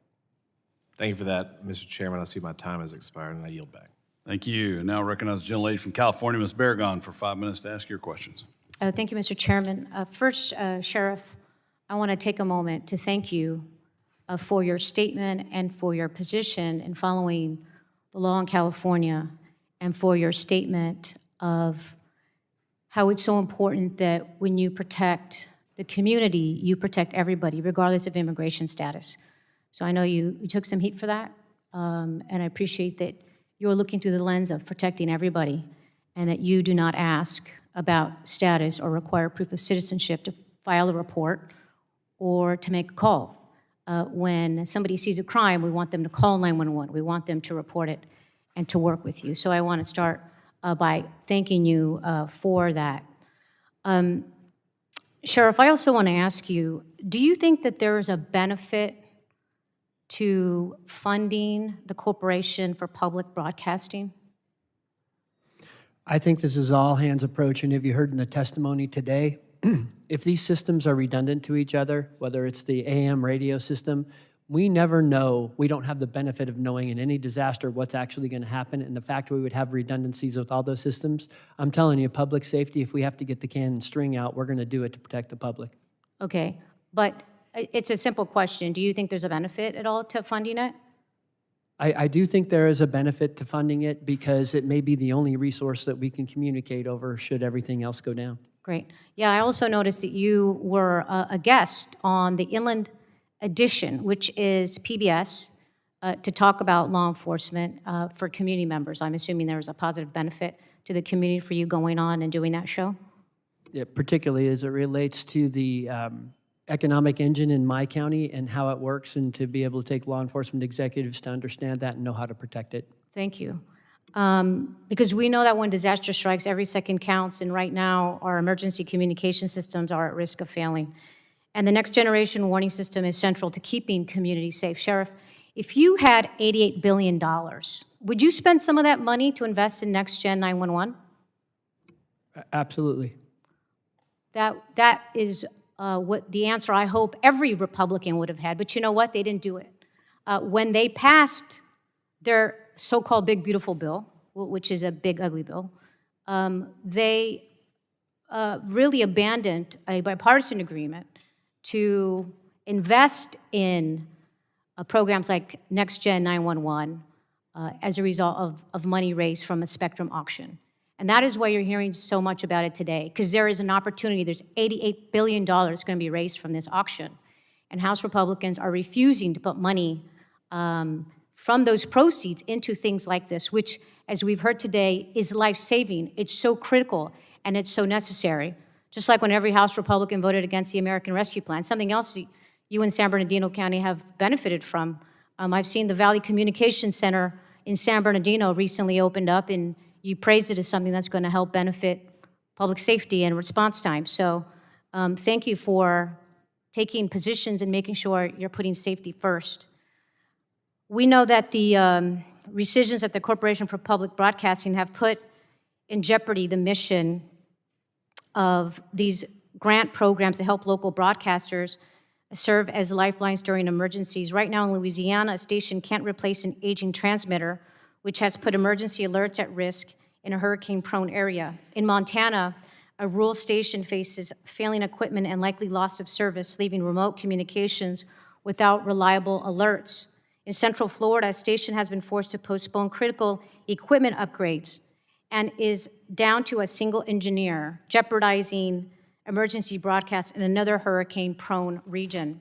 Without next-gen, outdated equipment leaves communities blind to disaster, and this is unacceptable. Mr. Wright, with CBP no longer administering the next-gen or the NGWS grants, what happens to rural and underserved communities if FEMA fails to ensure that program funding reaches local broadcasters? They suffer. What does that, They will not receive the alerting that they desperately need. and what does that mean for communities? It degrades the culture within that community. It puts the citizens of that community in peril. And that's what the public broadcasters across the United States are trying to solve to through the various projects that we work on, like FPRN and Beacon. But the funding support for the infrastructure is absolutely critical. Great, thank you. This is why I worked with Congressman Menendez and McLean Delaney to lead a letter to FEMA, which we sent this morning, urging the agency to share a clear plan to maintain the NGWS funding for local broadcasters and ensure continuity of service to rural and underserved communities. And with that, I thank all the witnesses. Thank you, Mr. Chairman. I yield back. Thank you. The gentlewoman yields back. Chair now recognizes the gentlewoman from Florida for 5 minutes.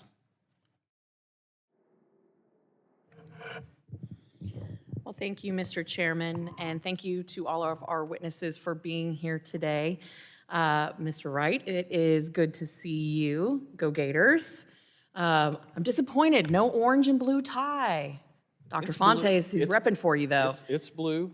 The doctor and I, we coordinated today for you. I appreciate that, even though I know we had a little bit of a rough weekend, and I heard my colleague, Representative Castor, was giving us a bit of grief, but we're Gators. So but we appreciate her sensitivity to the Gator Nation. That's right, that's right. But I also want to acknowledge all our first responders in the room. Thank you all so much for your service and for your family's service. As the wife of a firefighter, SWAT medic, I know firsthand what it is like, and so deeply grateful for everything that y'all do. I'm also disappointed in some of the very divisive and partisan language that I just heard from my colleague on the other side of the aisle. Emergency communications, it is not a Republican or a Democrat issue. It is an American issue. And so I'm just a little disappointed that it has to turn into a food fight, but we're here because we have a real issue that we have to solve. We need to figure out a way to update our systems. And as a Floridian, I've seen time and time again how vital our reliable communications are during a disaster, and truly how scary it can be when they go down. So whether it's a hurricane knocking on our door that is taking out our power and cell sites, or federal and local responders struggling to operate on the same systems, these gaps can really mean the difference between life or death. Certainly as someone who represents a district that saw 3 major hurricanes in the span of 13 months, we know this firsthand. Of course, Florida faces unique challenges, from protecting our seniors in rural communities to keeping millions of our visitors safe every year. This conversation on strengthening public safety communications, whether it's 911 systems, FirstNet, or other tools, it is critical.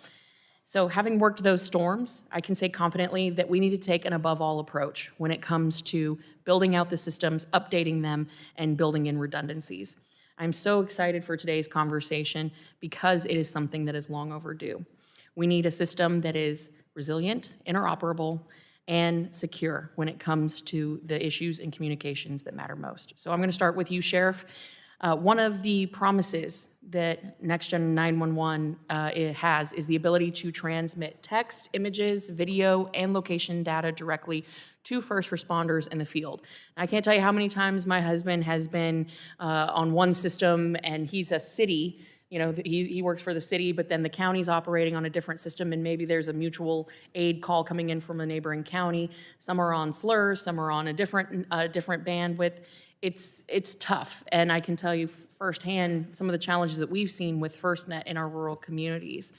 So what steps can Congress take to ensure nationwide interoperability amongst all of the different networks that our first responders operate on, so that they can move seamlessly amongst jurisdictions, especially during large-scale disasters? Well, your example with your husband is very pertinent to this when you're talking about even between fire, sheriff's departments, and police departments.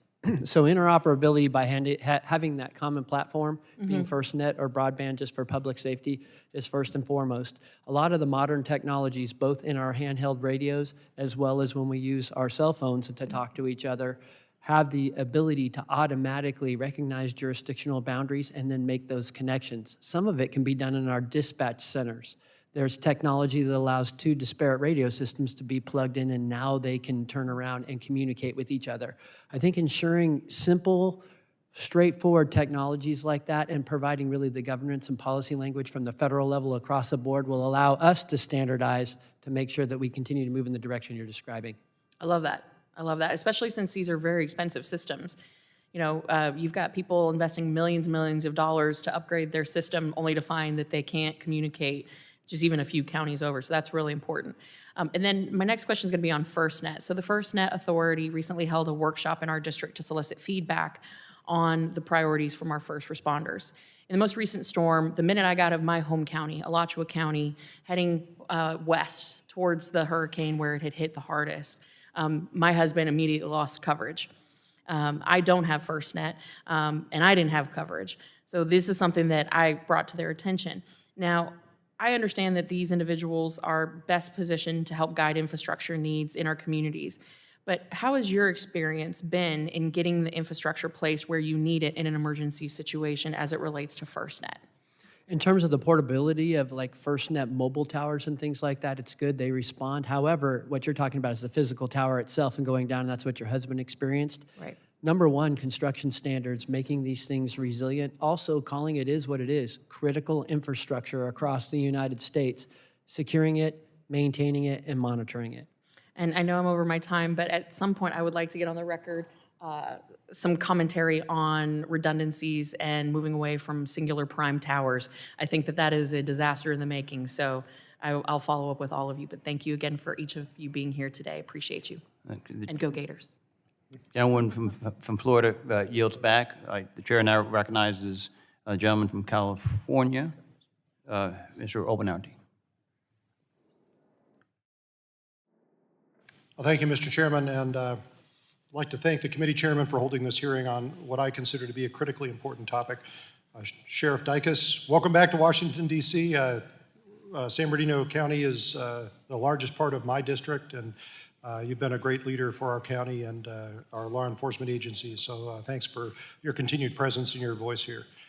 I wanted to ask you about one of the major challenges that we always have in districts like mine, where 78% of the land is federally managed, and that creates real challenges when we need to quickly deploy temporary communications infrastructure in response to an emergency, or when we're trying to deploy more permanent communications infrastructure to prepare for emergencies. So can you talk about any obstacles that you faced in trying to get deployable equipment on federally managed land or trying to build permanent infrastructure on federally managed land?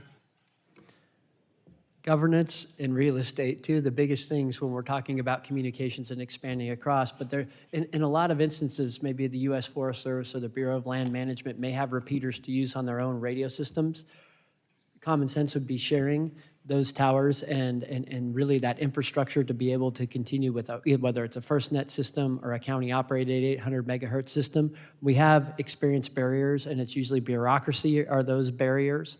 If we can actually put the people who are in charge of those systems and understand that we need to back each other up, and I know you're familiar with this, but in our Barstow area, it's a 5,000 square mile beat for one deputy. Their backup is a BLM ranger or a CHP officer on the freeway.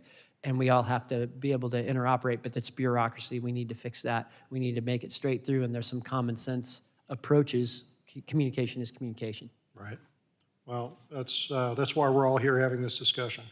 I also was very interested in your testimony about the need to establish cybersecurity standards, and I know that the San Bernardino County Sheriff's Department had a cybersecurity incident several years ago. Can you talk a little bit about that incident, the way it affected your capabilities, and how cybersecurity standards like the ones you're advocating for would have helped? That ransomware attack probably was, in my entire career, and I've been doing this for almost 35 years now, affected the brand of the San Bernardino County Sheriff's Department and the way we deliver customer service, which we take great pride in doing it. We also had to rely on a number of our other agencies that weren't affected by this. And you have to understand, and let me see if I can put everybody as quickly as possible into the driver's seat of what the sheriff has. You have an insurance company that comes in that becomes the quarterback of this, but yet as the sheriff, you're going after the threat actors. Who did this to you? You want to go out and make arrests and do those types of things. Internationally, that's an impossible issue for a sheriff. But then you call in your three-letter agencies that come in and support you on that. but yet you also have the responsibility to get back the data on behalf of your constituents, both the victims, the suspects, and your employees. It puts you in this untenable situation. In order to prevent that, we need to have the best standards, DoD-type standards, to secure our information. There's a lot of basics in how you operate this, but as threat actors become more sophisticated, we need to be on the cutting edge of that to protect ourselves. Thank you, Sheriff Dicus. It's great to see you again. Dr. Fontes, I found your testimony very compelling on the need for next generation 911. And I think everyone here on the dais would completely agree that this is something that we have to get across the finish line. As part of your testimony, you were discussing the need to stop continually coming up with cost estimates and actually move into implementation. But from our point of view, part of the problem is that the latest cost estimate, and I think you cited in your testimony, is adjusted for inflation, $15 billion. So my question is, as a technologist myself, these call centers, they already have computers, they already have communications. From my standpoint, Next Gen 911 is just software. It's software on the consumer side, maybe with the cell phone operators. It's software on the call center side. How on earth does it cost $15 billion? I mean, where does that money go if it's just software that we're talking about? Oh, thank you. I appreciate your question. I would contend that it isn't just software. Many of our 911 centers don't even have broadband capabilities. So there's that connectivity issue that has to take place. There also has to be the technology in the centers to enable the utilization of data and information coming in. And a lot of these centers don't have that type of technology that would enable what I call information-rich or data-rich 911 calls. So if it were just a computer solution, we'd been there a long time ago. It's far more than that. It's planning, it's coordination at state level, it's backroom management of information and data and files and records, and the list goes on. Hopefully you'll have an opportunity to, if you haven't already, go to a 911 center and see what it is that's going on there, and to ask them how this project that they're engaged in is different than the legacy 911 systems we have today. Sure, yeah, I have done that, and I have asked that. Good. And the centers that I went had broadband and had computers. So, as a software guy myself, this seems like a software problem. It sure seems like we should be able to solve it for less than $15 billion. But I welcome the continued discussion. I see we're out of time. I'd welcome that. Yeah, yield back. The gentleman yields. The chair recognizes the gentleman from New Jersey, Mr. Kane, for his 5 minutes of questioning. Thank you, Mr. Chairman. Thank you to all of our witnesses for being here today. As we hold this hearing on public safety communications, we are only 2 days away from the 24th anniversary of the September 11th attacks. And when those planes hit those towers, the communications, emergency and otherwise, went down immediately. New Jersey also uniquely is subject to many national weather phenomena, whether it was Superstorm Sandy, Hurricane Irene, Ida, and so many others that have hit New Jersey since 2001. So we are uniquely aware as citizens that we need to make sure that all of our communications are secure, redundant, and whether they be the broadband, whether they be AM radio, whether they be whatever the next generation of telecommunications it is, we need to make sure that the communications between the people who are going into harm's way to protect our fellow citizens, or the communication with the families at home who are being impacted, the small business as well. We need to make sure that they have information quickly and accurate information as well. And as we're looking about how we reevaluate and update these emergency communications and public safety communications, we need to make sure that the authorities are dynamic and responsive, and we need to make sure that the needs of the first responders are central to these missions. And one of the primary concerns I hear from first responders in my district is about the importance of interoperability. And having been a volunteer firefighter and an EMT myself, I would suspect that if you polled the room of firefighters, police officers, and emergency medical professionals as well, that they would want to make sure that there's a product that's reliable, that fits the budget and is compatible with the equipment that they may already have. So Sheriff Dicus, as we continue to improve our public safety communications, what can we do to make sure that we're keeping our primary focus on the needs of the first responders who are already having to do more with less? So we're talking about basic communication, and I like how you started with what happened on September 11th. Out of a lot of those studies, those local, state, and federal were not communicating. So that's talking on a face-to-face basis, of course, and now we're talking about that interoperability question you asked. So whether we're talking about a legacy system, an 800 megahertz system, there are technologies that, as my colleague Dr. Fontes has said, IP-based that allow those systems to communicate with each other. More importantly, automatically, so that the first responder doesn't have to change to a repeater or something along those lines, and those technologies exist. Being able to fund those, FirstNet having that common picture in terms of broadband, those are critical to allow the folks to do their job really seamlessly without having to think twice about how to make those connections themselves. Thank you. Thank you for that answer. Mr. Newton, during the attacks on September 11th, communication networks were either knocked out completely or they were quickly overloaded, resulting in complete communications breakdown. How have priority and preemption increased your ability to respond to large-scale emergencies and maintain situational awareness among first responders? Specifically with the features of priority and preemption. Priority means that we will continue to have access to this advanced data, the streams of video, and the information that we need to make good decisions, as well as preemption or ruthless preemption. Whereas short of it being a 911 call, our call is more important than whatever else is going on there. And that's what it allows us to do. It allows us to make those links. It allows me to call for help and say, I need these resources to come help me manage this incident. Thank you. And Sheriff Dicus, in your testimony, you mentioned land mobile radio. Can you discuss how your department uses land mobile radio, and do you believe that mobile provider services will replace land mobile radio? So as of right now, and this is always a technological argument in public safety circles, you need both because you can't depend on one or the other, at least at this point. Someday, as FirstNet and things advance, we may be able to rely on them, but right now in a county the size of San Bernardino and what many sheriffs deal with these large counties, it is a better position to have both. Thank you all for your time, your insights, and for making the time to be here today. I yield back. Gentleman yields. The chair recognizes the gentleman from California, Mr. Mullen, for his 5 minutes of questioning. Thank you, Mr. Chair. First, I want to thank all of our witnesses for your testimony today and for what you do to keep our communities safe. Last week, I introduced bipartisan legislation, the Resilient Emergency Alert Communications and Training Act, or REACT Act. And I appreciate the support of my colleague, Mr. Weber of Texas, by the way of his co-sponsorship to make it bipartisan.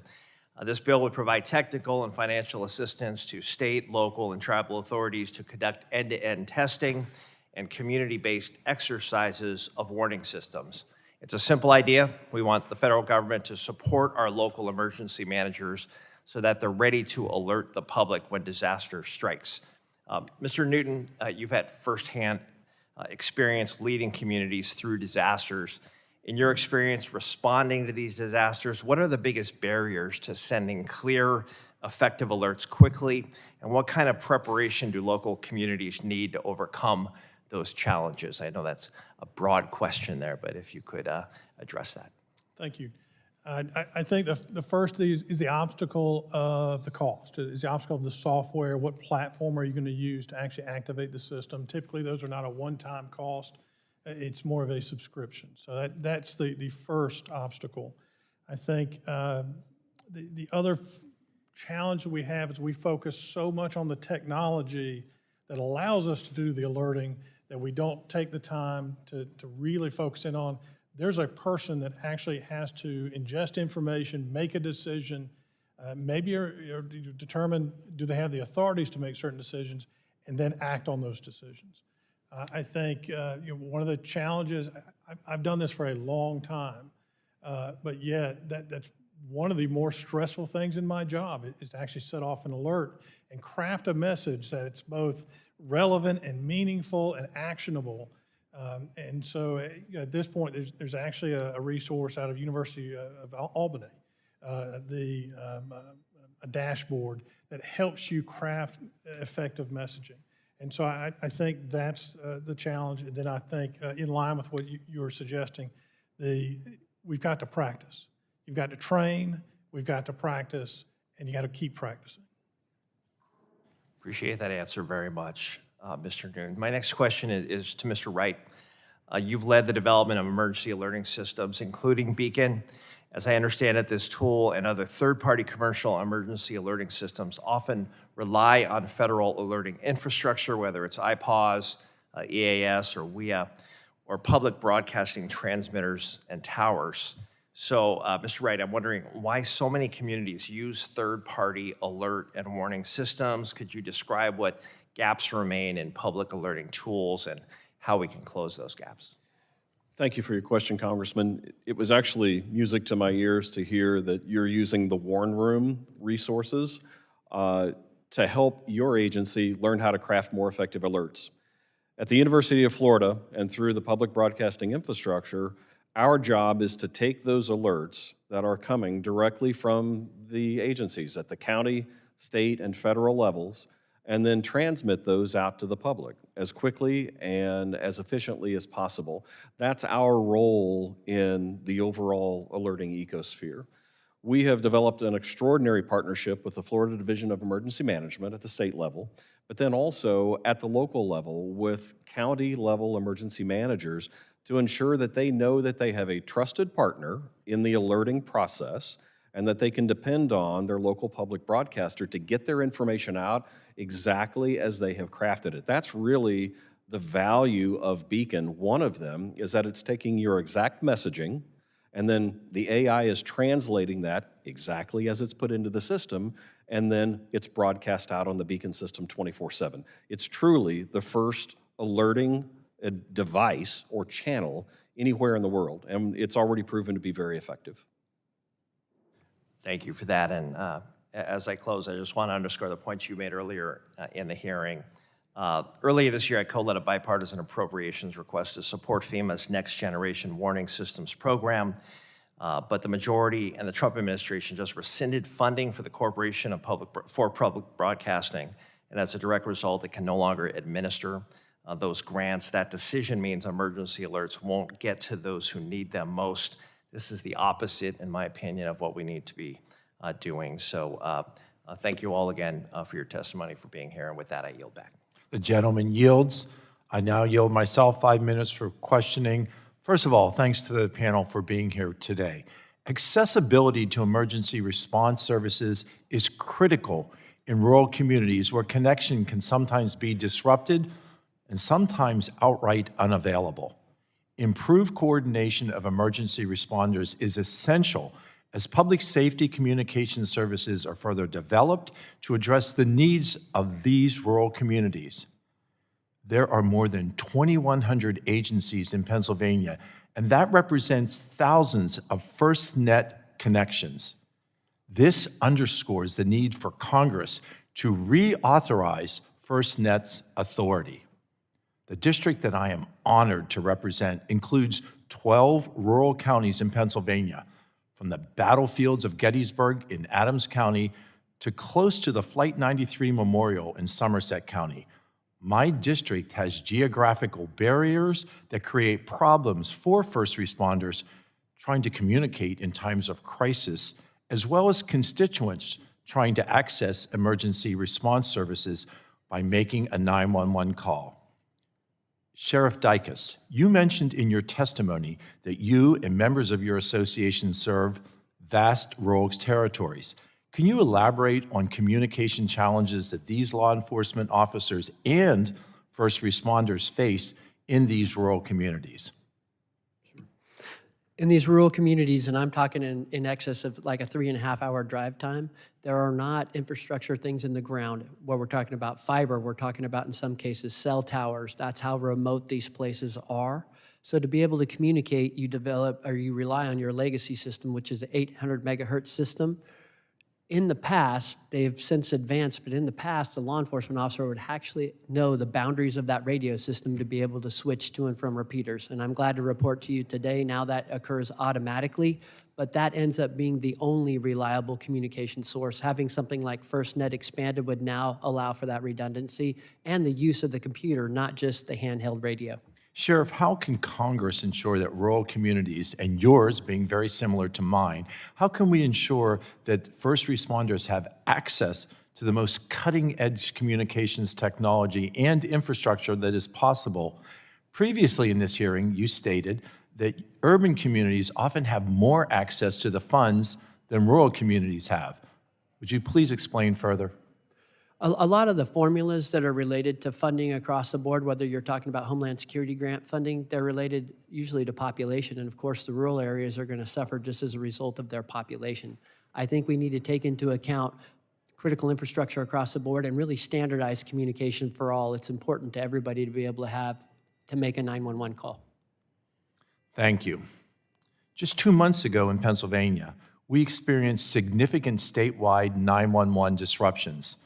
Some callers who dialed 911 in an emergency situation experienced that their calls were not delivered to 911 operators. According to Pennsylvania's Emergency Management Agency, the cause of the outages within the NextGen 911 system was a defect in the operating system. A wireless emergency alert issued to the public notified individuals to call their local 911 center directly or to call the local non-emergency line. In a true emergency, locating these numbers can waste precious time. This intermittent outage lasted for several hours. Dr. Fonts, can you speak on the safeguards in place to address an outage in the NextGen 911 system like the one that recently occurred in Pennsylvania? Thank you. I think it's important to recognize that Next Generation 911 has built into its purposes the idea of resiliency. So if a center were to go down, the ability to move 911 communications to other centers to be able to respond to the emergency with the data that's available to that community that went down will better serve the public and provide the continuance of 911 service. I think you've outlined what's so important. What has been so important in this hearing, it's the continuance, the ability to have that overlap to serve 911 emergencies. As we worked to address connectivity for constituents and for first responders across the country, it's important that we prioritize bringing this connection to rural communities. It is equally as important that we build a functional system that works to provide emergency response services without failure. Americans need the reliable connection that they can depend on in times of medical need and in times of disaster. And this includes the first responders that we count on each and every hour of each and every day. Thank you all for being present today. I yield back. Seeing that there are no further members wishing to be recognized, I would like to thank our witnesses for being here today. I ask unanimous consent to insert in the record the documents included on the staff hearing documents list. Without objection, this will be the order. I remind members that they have 10 business days to submit questions for the record, and I ask the witnesses to respond to these questions promptly. Members should submit their questions by close of business on Tuesday, September 23rd. And without objection, this subcommittee is adjourned.